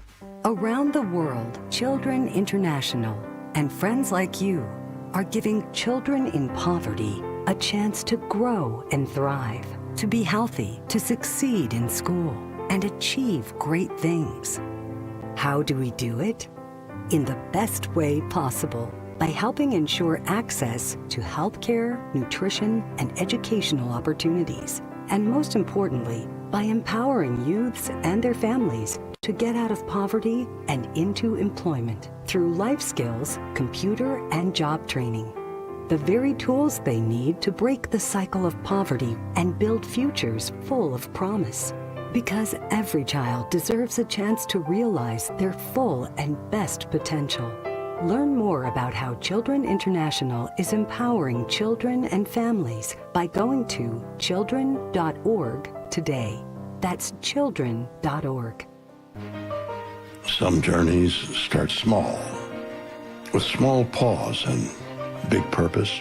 Look how little fly, you sweet girl. Every great partnership begins with the first step, Bella, let's go. guiding them through the world so one day they can guide someone through life. With shared experience, confidence grows, and the path becomes clear. It takes time, patience, and love. But the reward lasts a lifetime. Hey, good girl, Bella. You don't just raise a puppy. You raise a future. Become a Dogs Inc. puppy raiser. Give a dog a purpose. Give someone hope. Learn more at dogsinc.org. Bobby is known as the General. Tito shops at Dollar General. This is Morning Juice. Morning Juice. Thanks all the chatters. We got a lively chat going on today, Bob. The juicers are lively today. They're very spry. Yeah, I mean, when you're not coming off the holiday weekend, yes, those vendors can get rough. And I'm not talking about Bill. No. By the way, we've used the word poll twice, and I feel like we need to come up with a different word to make sure we know what poll we're talking about. Bodie used it once. We talked about the human element, how we poll I don't voting. know if you remember the special teams coach for Texas a number of years back was he had that monkey at the house that bit the lady. I do remember that. And it was owned by his girlfriend, who may or may not have been a cabaret dancer, and her nickname was the Pole Assassin. Okay. That was not P-O-L-L. That would be the E. I think it was with an E. And I'm not even sure what type of pole we're talking about. Yeah, right. Exactly. There's a lot of different ways. Yeah, you're go. right. That's a good point. It's a lot of ways you can go with that too, Bodie. So, Bob, you remember last year, famously, Penn State backup quarterback Bo Pribula. Sorry, you told me how to pronounce it too, and I just botched it again. Pribula. He transferred before the Nittany Lions could play their playoffs. Mm-hmm. And he said that he wanted to stay with the Nittany Lions throughout the playoffs. But a phone call, he said, with his family on CBS Sports changed everything. His brother and other close mentors reminded the transport was only open for a limited time and that the process would go quickly. See, here's what's... Go ahead, give me more information. Okay. And then I'll push back on that. He says, pretty emotional. He met with James Franklin, and they hammered out a plan where Franklin would talk to some of the coaches at schools where he wanted to go. Yep. He'd reach out ahead of time on that, which I don't know if that was legal or not, but I guess it is. I think your coach can do it. So you tell me who you're interested in, I'll talk to those coaches. Right? So he did that. And then he said that he could stay with the team. Franklin told him he could stay with the team through the CFP. But then I guess after they talked it through, they realized that he can't because it may extend until January after the winter transfer window closed, so he can't be with the team during that time. So that's and after the enrollment deadline for the spring semester at some schools. Okay, so that therein becomes the issue of when the enrollment is. Because they have another window that every team that finishes up, their window was extended. Sure, right. Until after. Now the problem becomes is that everybody else already got in. Yes. And so would you lose your spot? However, I would tell you this. Do you know who Ohio State's backup quarterback was this year? This year was, this past year? Yeah. Julian saying what? Devin Brown. Oh, Devin Brown. You're right. Sorry. Yeah, Devin Brown, who's now at Cal. What are you doing? What are you I doing? was thinking, I took. Bodie, I didn't ask who Notre Dame's backup quarterback was. Bobby, it took me a second. I would have gotten there. Okay. So Devin Brown. Devin Brown, yes. What's Devin Brown currently doing? He's at Cal. He's at Cal. Yes. Did he stay through the finals? Yes. I believe he did. So there's a way to get it done. Mm-hmm. And now here's the problem with it. It takes a great degree of trust, and you have to be dealing with people of high integrity of when I tell you I'm going to commit to you and like I'm going to go there, the school isn't going to backfill and get somebody else, and also then the player's not going to be like, oh, I was going to go to Cal, but this other place, this looks a little better. And they came out. So when you make those commitments, and because I don't know, I never asked Ryan and I never asked Devin exactly how it went down, but everybody knew that he was not going to be there after the season. Okay. But yet he still wanted to be there. Because if something happened during that run where, let's say, as you saw in the Michigan game, like Devin had to go in. Right. Like even if it's just for a series, and this isn't a knock on like Julian or Lincoln, but you want to put in a guy who's been around, who's played, who understands the system more, and like the guys trust and have been in that moment. And so he wanted to be there for that in case that happened. And it happened again. It happened in the Michigan game. So, I mean, who's to say that it couldn't have happened again? But also, it has to align, though, as far as when you can enroll in the school, too, then, right? Well, that's the enrollment piece is what's tricky about that. That's what Bjork was talking about with us. We had him in here before. It is, because it's not – there still is the academic element to this. Like, come here to play school. You can't just, like, drop in, be parachuted in, like, week 7 of the semester. Right. You know what? We're not going to count that first 7 weeks. We're going to grade you from this point on because – these schools do, like, it's amazing. I think that the person that's running the school isn't the football coach. And so these people may not care about that. Right. And, I mean, oh, gosh, I can't think of his name. He just passed. The coach in the program. Last time James Conn. James Conn. Last time I checked, we didn't get 70,000 people in that stadium for a gosh darn science experiment. But there is also truth, like, where there's academic integrity. And you need to make sure that my degree is the same as your degree because we both experienced the same class situation structure. We had the same expectations for the most part. And that there wasn't any opportunities that were given to a player that would not have been granted to a normal student. So, first, I applaud Franklin for the way he handled this. I think James Franklin, I honestly think he's probably deep down a pretty good dude. Yeah. I mean, I've talked to him a bunch of times at different events and things over the years. And, I mean, he's a pretty good guy. So I got a little snake oil-ish element to him. But, like, I don't think that I've been around coaches where this is not a good human. Like, he's not. I don't think James Franklin is Give us some examples, Bob. Yeah, Dave, call him out. But, Bobby, I think that it's admirable where Penn State is based on where they were, it seems like not too long ago. Yeah. You know, to be able to come out of that, the awful things that happened there. And so I admire him for that. I admire the way he did this, handled this also. Pabula said this is like free agency during the playoffs, like in the NFL or something like that. You know, think about this. Like if they all had different dates as far as when you could be a free agent for certain teams and things like that. You know, that's why it's a mess because every school, like, there's still schools on the West Coast that are on quarters, right? Which is what Ohio State was on for a long time. Yeah. You were always on semester. I was always on semesters, yeah. Yeah, I think it was like 12, 13, right around there. They'd switched, and some of the guys, like talking to Beam. Beam was not because he went to WKU first, but like Michael Bennett was on. They had like a hybrid because like transitioning that over, like you have to like kind of make some new classes to kind of bridge the gap in some of those series where it's like, well, you're supposed to take 3 classes in a quarter to have your whole math series. Well, you have 1 quarter class, and then now your semesters. So what do we do with them? Like, how do we kind of make this all work and fit together? So it's tough. But, yeah, there's still schools on the West Coast that are still on quarters. I haven't heard lately, like in the last few years, of anybody. Birds the word, spins the verb. Yes. Of anybody being academically ineligible. So, ironically, and I will not disclose this player's name, but there was a guy that was the case. It's not the case, but maybe was going to be the case. Okay. And I literally looked like, that's still a thing.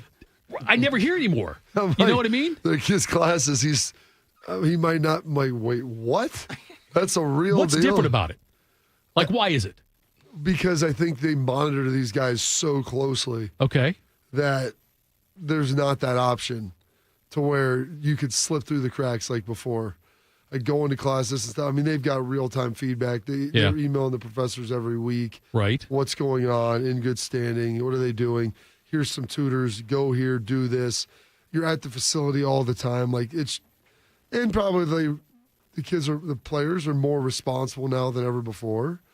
And is it a lot more strict, a lot more monitored now than it was when you first enrolled at Ohio State?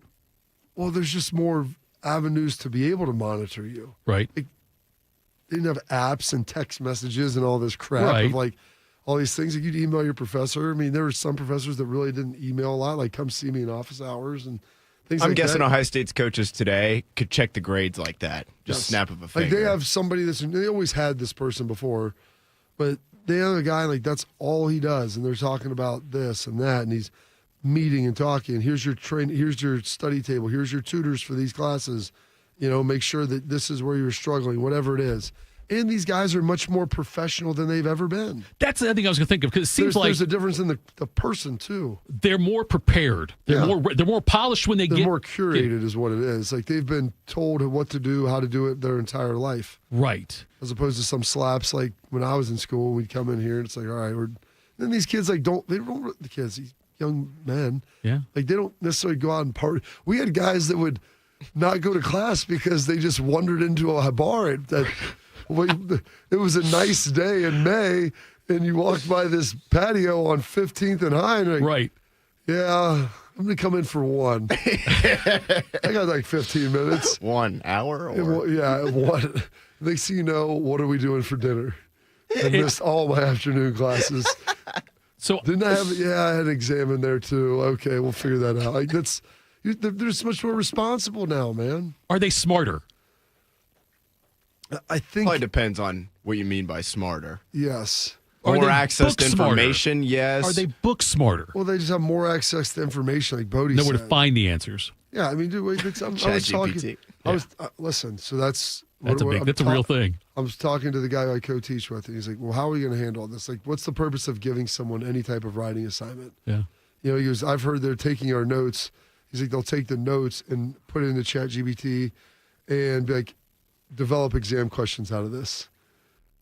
And it's like, I mean, that's great. I mean, good for them. I mean, it's like, okay, because inherently I don't have as big a problem. It's like they're actually learning the material. Like, it's not the exact ones that we created, but they're probably close and whatever, and doing that. But he's like, what's the point of giving anybody a written assignment now when they can just put it in there and they're going to give it back, and it's going to be some soulless piece of work that was transcribed from a computer. And so he's like, well, how do we overcome that? Like, all right, well, the only way I know how to overcome those situations is like in-game scenarios.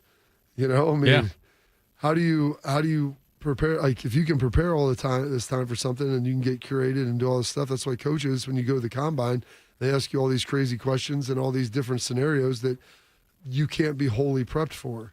And so like Des Bryant? Yeah, get you off script a little bit. Right. But I said, okay, let's do these scenarios in class. Like, hey, here's boom. You know what? We're going to take 10 minutes to read this now. Right. So you couldn't read it before. And now we're going to develop your own original thoughts, and we're going to talk about them. Not something that a computer told you to tell me.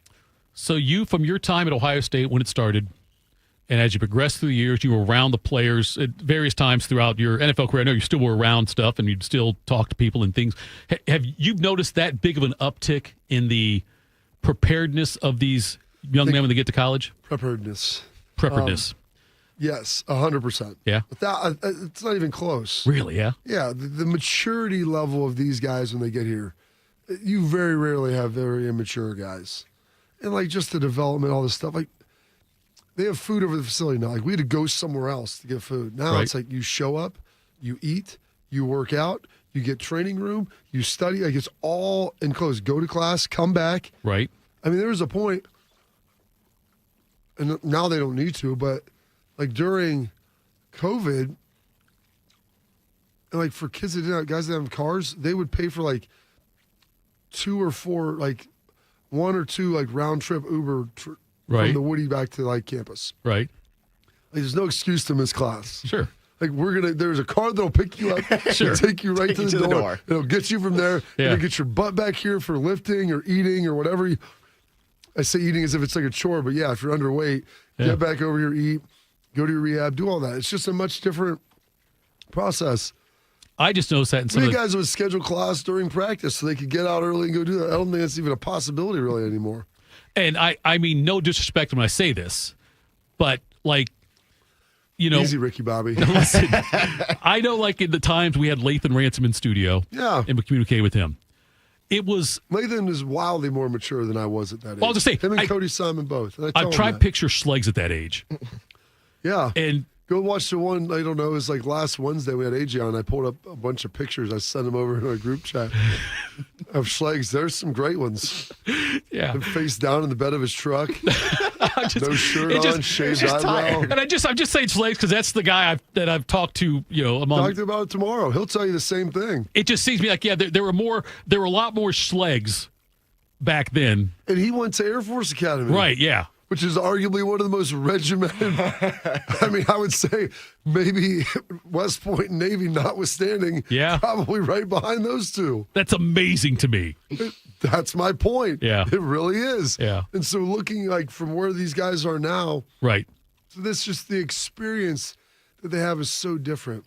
I mean, I had guys that would go to class like they'd be going to class to pick up girls. Like that was like the main purpose of the class for them. Well, you're learning something. No, I guess they weren't paying attention in class.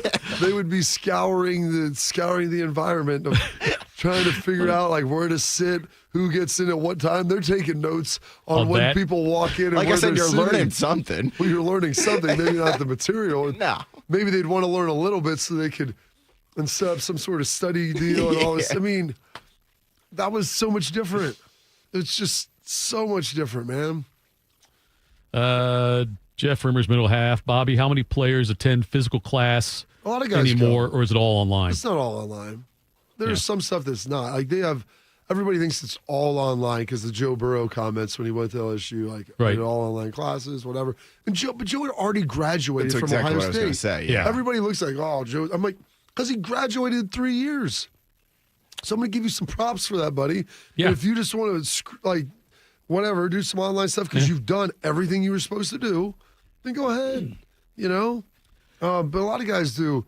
A lot of guys go take class in person. Like, it's not all online stuff. There is more online now than ever before, but that's not just the players. That's to, the students at large.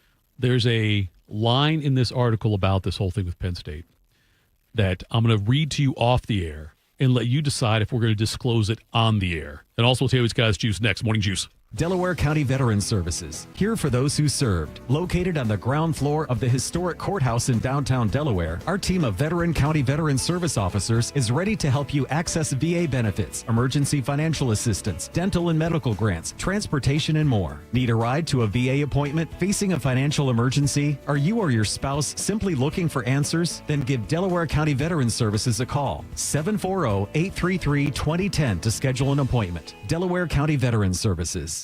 When it comes to protecting your business, whether it's your staff, property, or assets. Don't make a crucial mistake by contracting companies that provide subpar and unprofessional service. What you need is a security partner known for their unwavering professionalism and unnatural liability. You need Event Risk. Event Risk is a U.S.-based, veteran-owned company that not only specializes in on-site guarding, but also offers armed security associates and executive protection agents. Event Risk, elite protection for your peace of mind. Hello, my name is Eric Rose, CEO and founder of Event Risk Security Services. We are a U.S.-based, veteran-owned company providing protection services and consulting to Fortune 500 corporations, movie studios, celebrities, and high-net-worth individuals. If you're tired of fluff margins with low compensation for poor quality security officers and an endless revolving door of vendor staffing, then give us a try.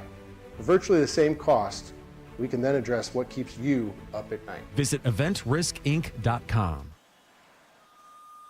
Hey there, Jane Lynch here. You want to hear something funny? Too bad. You want to hear something uplifting that will inspire you? Good.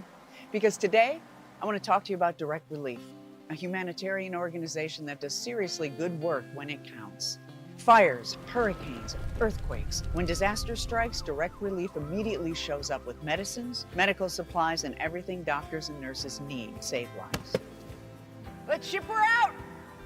Every day across the United States and around the world, they're making an enormous difference. If someone needs help, Direct Relief helps. No politics, no red tape. Hey, what you doing over there? Oh, I'm packing insulin for kids with diabetes. See, every box here is literally a lifeline for someone in critical need. So check them out at directrelief.org. You might just bring a smile to someone's face. Through Travis Manion Foundation's Operation Legacy service projects, veterans, families of the fallen, and inspired civilians across the country come together under the common cause to serve in honor of our nation's heroes. Service projects include city beautifications, planting memorial trees, volunteering at shelters, park cleanups, and more. Ask yourself, if not me, then who? And register for a project near you or as a virtual volunteer by visiting oplegacy.org. One man is a national champion, NFL veteran, and local business leader. The other man is Tito. This is Morning Juice. Sponsored by Riverside Bank of Dublin. Here's Bobby and Tito. Final segment of the program. Did we come to a conclusion? Is Penn State likable? I mean, they're not hateable. Like, okay. The thing is, James Franklin is almost a sympathetic figure. Okay. Because you look and it's like, now if they beat Ohio State, that would obviously flip. But people are like, just James just can't get it done. And then you hear him like make some excuses and like he's trying to talk his way out of the situation. And, I mean, it's just what it is. Like, he's not a jerk. Right. Like, James Franklin's not like some raging lunatic on the field like BK could be. Maybe he should be. Maybe that's the answer. I don't know. But there's nothing that you look at him like that's wholly dislikable. People can say he's a little,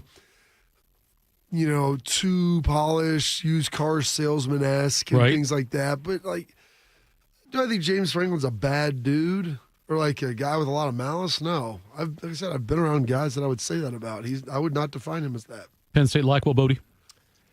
Yeah, I would agree with Carp. I think they're somewhere down the middle. Yeah. I would almost look at them a little bit like Clemson maybe. And I know people around here don't like Dabo, and I don't blame you guys. But, like, I don't, look at Clemson's program. Right. And I don't think Dabo is, a bad guy. Especially if Clemson would have never won the 2 national championships. It'd be different. I think people would still be like, they're like the lovable loser. Like, dude, they've gotten really close. They're really trying hard. And I don't think Dabo's a bad guy. Sometimes he just gets on his high horse too much about how, we built this program in NIL. We built it in God's name. Yes, like right. this. Okay, dude. Right. I don't, you also had Trevor Lawrence.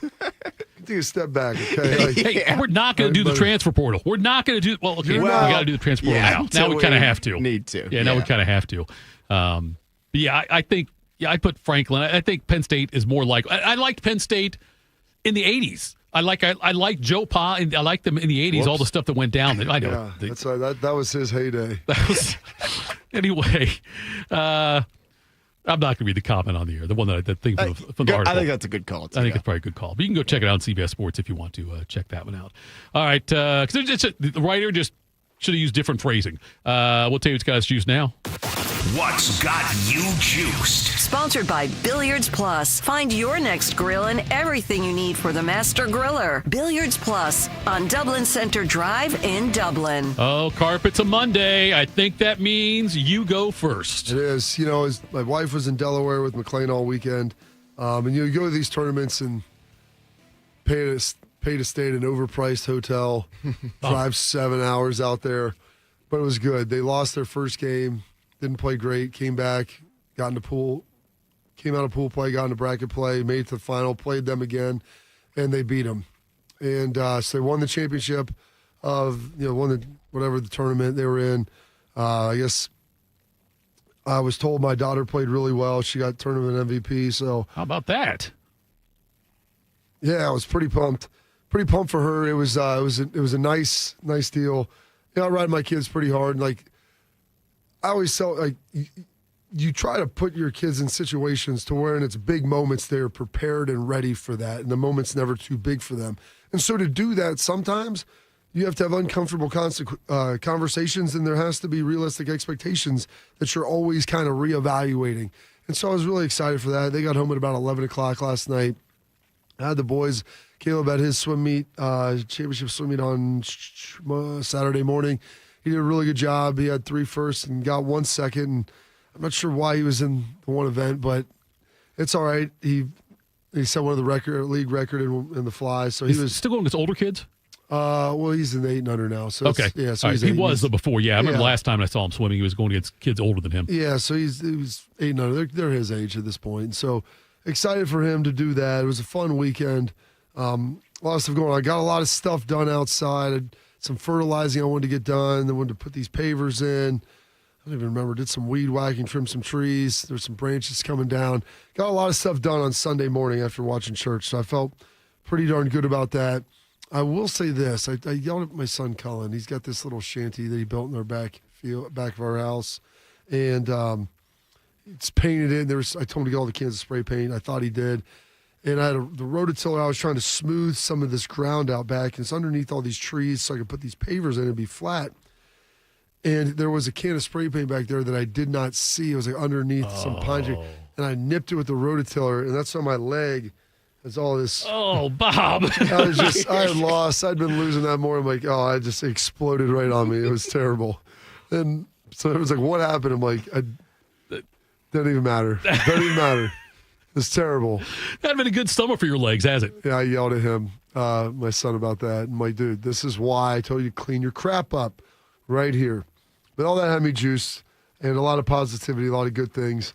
Boys swim meet, the older kids will be tonight. So I'm this afternoon excited to go see that at Arlington. Bodie, what's Schleg's got to say? Somebody wants to put a meme out there of me and Paul Feinbaum in a cage match, like Hell in the Cell. Yes. Please do so, because I will absolutely destroy that cat. Hope so, because he's like 65 years old, Schleg's. That Feinbaum joined Bishop and Friends, Yeah. I think it was last week. He had some fighting words. I think he said Texas is, I don't know, going to win the game. Will beat Ohio State. Will beat Ohio State. I was going yes. to say, he saw something, and Tyler and some of our digital team put stuff out there from that interview, and people were fired up about that. I love it. What's got me juiced, guys? Got a couple things for you. Number one, I saw this on the worldwide leader, ESPN.com. Executives, coaches, and scouts rank the NFL's top 10 safeties. Coming in at number one, I'm not sharing this for any reason in particular, is Baltimore Ravens safety Kyle Hamilton. Yeah. You guys know him. You love him. He played for America's college football team, Notre Dame. Also, wanted to get an update on this. All right, today's fan poll at 971thefan.com. If you could only watch one of these actors' catalogs for the rest of your life, who would you choose? Still got 11 hours left to vote, but 163 votes in over the last hour and change. Got 3 options: Tom Hanks, Tom Cruise, or Harrison Ford. Ooh, it is neck and neck. Friday we had maybe the greatest fan poll ever. Right. This one's going to make the Mount Rushmore as well. Tom Hanks is at 32.5% right now. Tom Cruise is at 30.7%. That's amazing. And Harrison Ford is at 36.8%. So, Tito, pat yourself on the back because, one, you helped me on a day that there probably wasn't a lot of things going on, helped me come up with the fan poll. And then number 2, not only did you just come up with one, You came up with an elite one, Tito. Is there an actor we're missing that you could also put on that list? I don't know. Those are three. Matt Damon, you couldn't do. I don't think yet. I don't know. Maybe Denzel. Denzel's a good one. Yeah, a good one. Denzel was a good one. The thing is, like, I don't. He's kind of like Cruise. Like he doesn't have. Well, he's kind of like Hanks because he doesn't have any like series. Like the Equalizers, there's 2 of them, but I think there's 3. Is there 3? I think there's 3. Maybe there's 3. they're making a third. No, they made the third. I watched the third. I think there is 3. Yeah. Okay, I haven't seen the third yet, but like both Cruise and honestly, there's 2 with Harrison Ford. Like series that you can sit there and watch. Hanks has just a scatter plot like Denzel. I would say maybe he would be the 4th guy. You could put in there. DiCaprio. Leo possibly as well, but both like Leo's younger. Like you got to think those other guys, their movies are going back into like the 70s and 80s. Right. Leo's stuff is all going to be from Titanic onward, which is fine. How old is DiCaprio? But, oh yeah, he's only 50. Yeah, dude. Titanic came out when I was in 8th grade. Have you seen a bad Harrison Ford movie? I don't think the new Captain America was so. Was that okay? That wasn't that good. Okay, I actually turned that off. I didn't see that one, but I'm missing. I'm trying to think of other ones that I can't think of like another bad Harrison Ford. Now, granted, I haven't seen all of them, but just I don't know. You know, you could throw in there because he would give you a lot of the Avengers is Sam Jackson. Yeah, true. Yeah, Sam Jackson. Samuel Jackson. If you put him in there, Brody, because he may not be the star of any of those movies. No, but he's also a big role. Well, and then you get the overlay with him and Harrison Ford because he's in the original 3 or the first 3. The new, you're right. Yes, he is. 3 Star Wars. Harrison wasn't in those, but yeah, you get the crossover from it. Those. Yes. Yeah. So then, that's true. If you maybe liked those, that would give you that element. That's a good call. Yeah, I should have thought about that one. Mace Windu. Mace Windu. God, good call by you on that too, Bob. That was the name of Beam's car. Was it Mace Windu? Got a purple Regal, Piers Regal.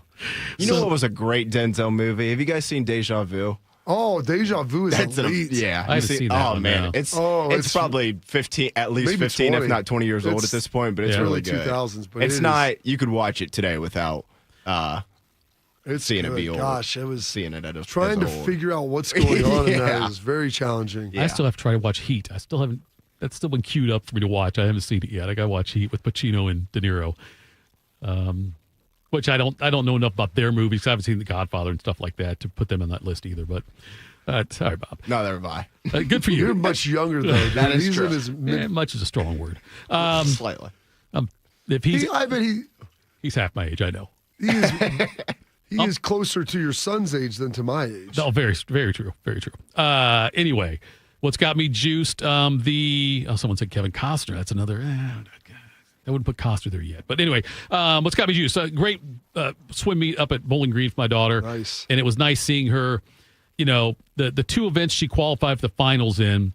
Like the one, she was like the 16 seed, barely got in, and then finished 12th in the finals. There we go. And the other one, she was a 9 seed and finished 6th in the finals. So she really, it was fun to see her.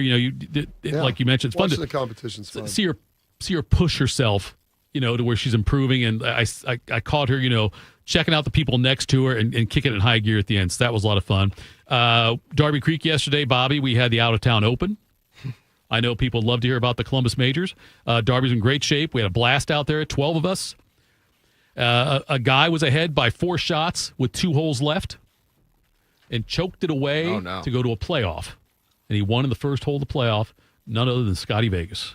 There you go. Scotty Vegas won his first Columbus Major yesterday. But a lot of fun out there. We also won our first major yesterday as Sinner. Yeah. Did you watch any of the Wimbledon? Yeah, I watched a lot. I love watching the final, dude. I was praying when Alcaraz got broke. I'm like, dude, I wanted to see a 5th set. I love watching just good sports, and that's 2 of the best. Alcaraz, that's his first loss, I think, in a Grand Slam final. I think every time he's been in the Grand Slam final, he's won them. Joker got beat. Joker says he's coming back. He thinks next time still to play at Wimbledon again. But these 2 guys, Sinner and Alcaraz, they're the future of men's tennis now. And I can't. I want more good American men's tennis players. I saw a commercial with Thitoff and I got angry at him. I'm like, just finish it. Go win one. Yeah, right. I want to cheer for you more. Go win one. I really like Thitoff a lot. Yep. That would be nice to see. I just want that's when tennis is more exciting for me. I don't I don't know. I don't follow as much as I used to in the McEnroe. You need Connor Americans days. up there. Yeah, There's you need to nothing have wrong that. with saying that. Like, Sampras, when he was doing his thing. Yeah. Or even a likable Federer. I'd watch him too, but it's even though he's not American. But he's not an American dude. I know he's not, though. But I'm still like I'll claim him. We'll make him Shark American. likes to cheer for Sabalenka because she's Russian. That's what Shark likes to do, right? Have you talked to Shark at all? I feel like I did because he wrote me a thank you card and I read it the other day. He sent me one too. A thank you card, like a physical card or a note? Yeah. Card. I walked in on my desk. It was on my laptop. You both Friday. got physical cards from Shark? Yeah. Yours is in the mail too. He doesn't have my address. Maybe. He sent it here. You think he sent? No, he didn't. Oh, well. I would have heard about it by now. When did you get your card? It was like Thursday or Friday. Friday. I'm gonna go out there. I was gonna say it was not like I had it for weeks. Yeah. It feels like it was hand delivered by Shark to you the day after his party. That's what it feels like to me. That was not accurate. I'm excited. August 5th, though, the first pitch out there at the Huntington Park for him on that Tuesday. He's been warming the whip up. You think he can throw a strike from 60 feet 6 inches? Yeah. I was pretty heartbroken to learn that Shark throws right-handed. Like, to me, as a He's not lefty, a full lefty. if you're not all in, he golfs right-handed, I think, too, he said, and so bats right-handed as well. But he writes left-handed, which breaks my brain because I can't do anything with my right hand. My brother's like him. He throws left, but he golfs right. He can probably bat both ways switch if he needed to. You like the switch hitter stuff? No, Bobby, I'm telling you, sometimes now I think the way your brain thinks, and I just got to catch myself. That's right. That's what I've got to do I right have there. a dump button on this screen. I know. It's what I'm saying. You got to be extra careful. Amber Heard has one on. It's right beside her bed. Is he in Italy now, Shark? Did he have the trip to Italy planned? Is that? He was doing something because He on did my something card, first. he said, I'm going golfing next week. Yeah, I think it was like the Deer Creek thing or whatever he does, Yeah, right? they do their and then they family, were doing, reunion deal. but now it's been a hot minute now. I wonder if if they're out in Italy in that. We got to call them. No, I think Deer Creek is this week. Oh, it's this week? Okay. Wasn't it always on the All-Star week? I think that is right. Yeah. Because I remember I'd always fill in this week when Only Shark the bases it previous off the All-Star. administration. Yeah. Shark. Apparently, you and Shark are a lot closer than I ever thought I was to Shark. Good for you guys, I guess. I'm glad you guys are so close to each other. Thank you to Bill Bender, by the way, today. We got a Schlegs Day tomorrow, correct? Maybe. Sure. Unless otherwise noted. I told That's part of the surprise. It's the reveal. I told my Bodie wife. calls him. Will he answer? No idea. Will he answer? What state will he be in?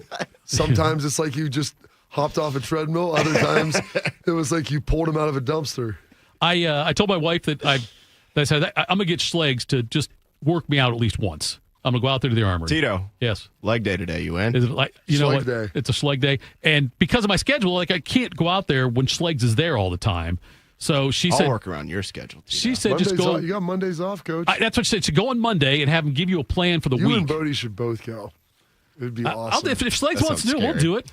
I'll do it. I don't care. I won't cry. The anniversary of the crying, by the way, was just recently. It popped in my Facebook memories just the other day about, it might have been 2 days ago, that was the anniversary of me crying out there. It's good. That damn arm thing. What do we call that Battling thing? ropes. That's what they're battling ropes? Yeah, dude, speed. Like a hummingbird on cocaine. Just so fast. That's the so thing, man. fast. There's a machine at my gym that makes you look like you're crawling up a wall like Spider-Man. Never seen anybody use it. Jacob's I'm not ladder. going to Is touch it the ladder?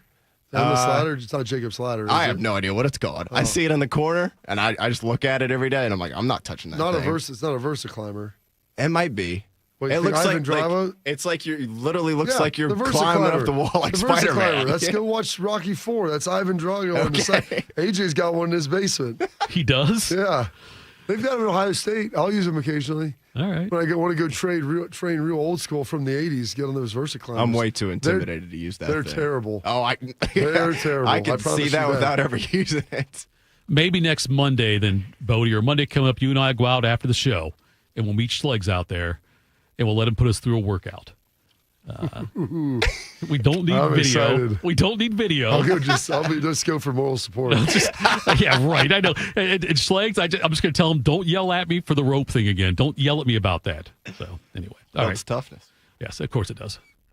Thanks, everyone, chiming in on the chat. We appreciate that. You guys are the best. You always bring it strong every day. Thank you to Bill Bender joining us. Hopefully tomorrow it's a Schlegs Day, but your guess is as good as ours. We'll do it tomorrow. Morning Juice. Bobby Carpenter here with the Riverside Bank of Dublin Sports Money Report. Central Ohio is home to a lot of sporting events that bring in millions of dollars of economic impact to our town. These events are huge for the city, providing revenue for local businesses, job creation, infrastructure development, and many other benefits. Here's Chuck Moore, CEO, and Travis Sanders, president of Riverside Bank of Dublin, on how they help local businesses prosper year-round. Thanks, Bobby. We truly value our local businesses and the opportunity to work alongside them as partners. Whether you're a small business or a large operation, Riverside Bank of Dublin has the right tools for the job. Whether you need an SBA loan to get your business off the ground, a line of credit to keep your business running smoothly, or equipment financing to get your business up to scale, Riverside Bank will tailor a solution that fits your needs. Right on the target, Travis. We understand the business climate in Central Ohio, and we will help you reach your goals. Tune in every day for the Riverside Bank of Dublin Sports Money Report. Visit their office at 6300 France Road in Dublin or online at riverside.bank. Member FDIC, Equal Housing Lender. Hey, it's Bobby Carpenter. I know what it's like to be stuck in that cycle of pain where you're trying to get better. You keep going to the doctor, steroid shots, surgeries. Do not go down that road anymore. Go see my friends at QC Kinetics. They will help treat you without going under the knife and without the meds. QC Kinetics are the leaders in regenerative medicine to help your body heal itself. And I should know, I've been a client there and they helped me with my knee get back to the running in the summer and going whitewater rafting and all of the things that you enjoy. And this is the critical part about my friends with QC. 92% of patients report satisfaction with their results. That's peace of mind. It's not just a number. They're trying to help you. They're the second opinion that you're looking for to keep you from getting under the knife. To find out if you're a good candidate, go check them out at qckinetics.com/Columbus. The consultation is free, or call 380-284544. That's 380-284544. They have offices all over Central Ohio. So go check them out. My son Ian was diagnosed with a brain tumor at the age of 16 months. The outlook was pretty rough. I mean, it was, we had no hope until St. Jude rescued us. I mean, they saved him. To this date, we are 12 years into this journey, and from day one, we've never once seen a bill. It gave us the peace of mind to know that we're there with our son, and we're gonna beat cancer together. Now, he is doing really, really well. He's alive because of what St. Jude has done. He's here because of the doctors who came before, their blood, their sweat, their tears, the knowledge accumulated and shared, with everyone else around the world. This is how we get rid of this, how we help kids beat cancer all over. It's the future. Together, we will make cures possible for every child everywhere. Learn more at stjude.org.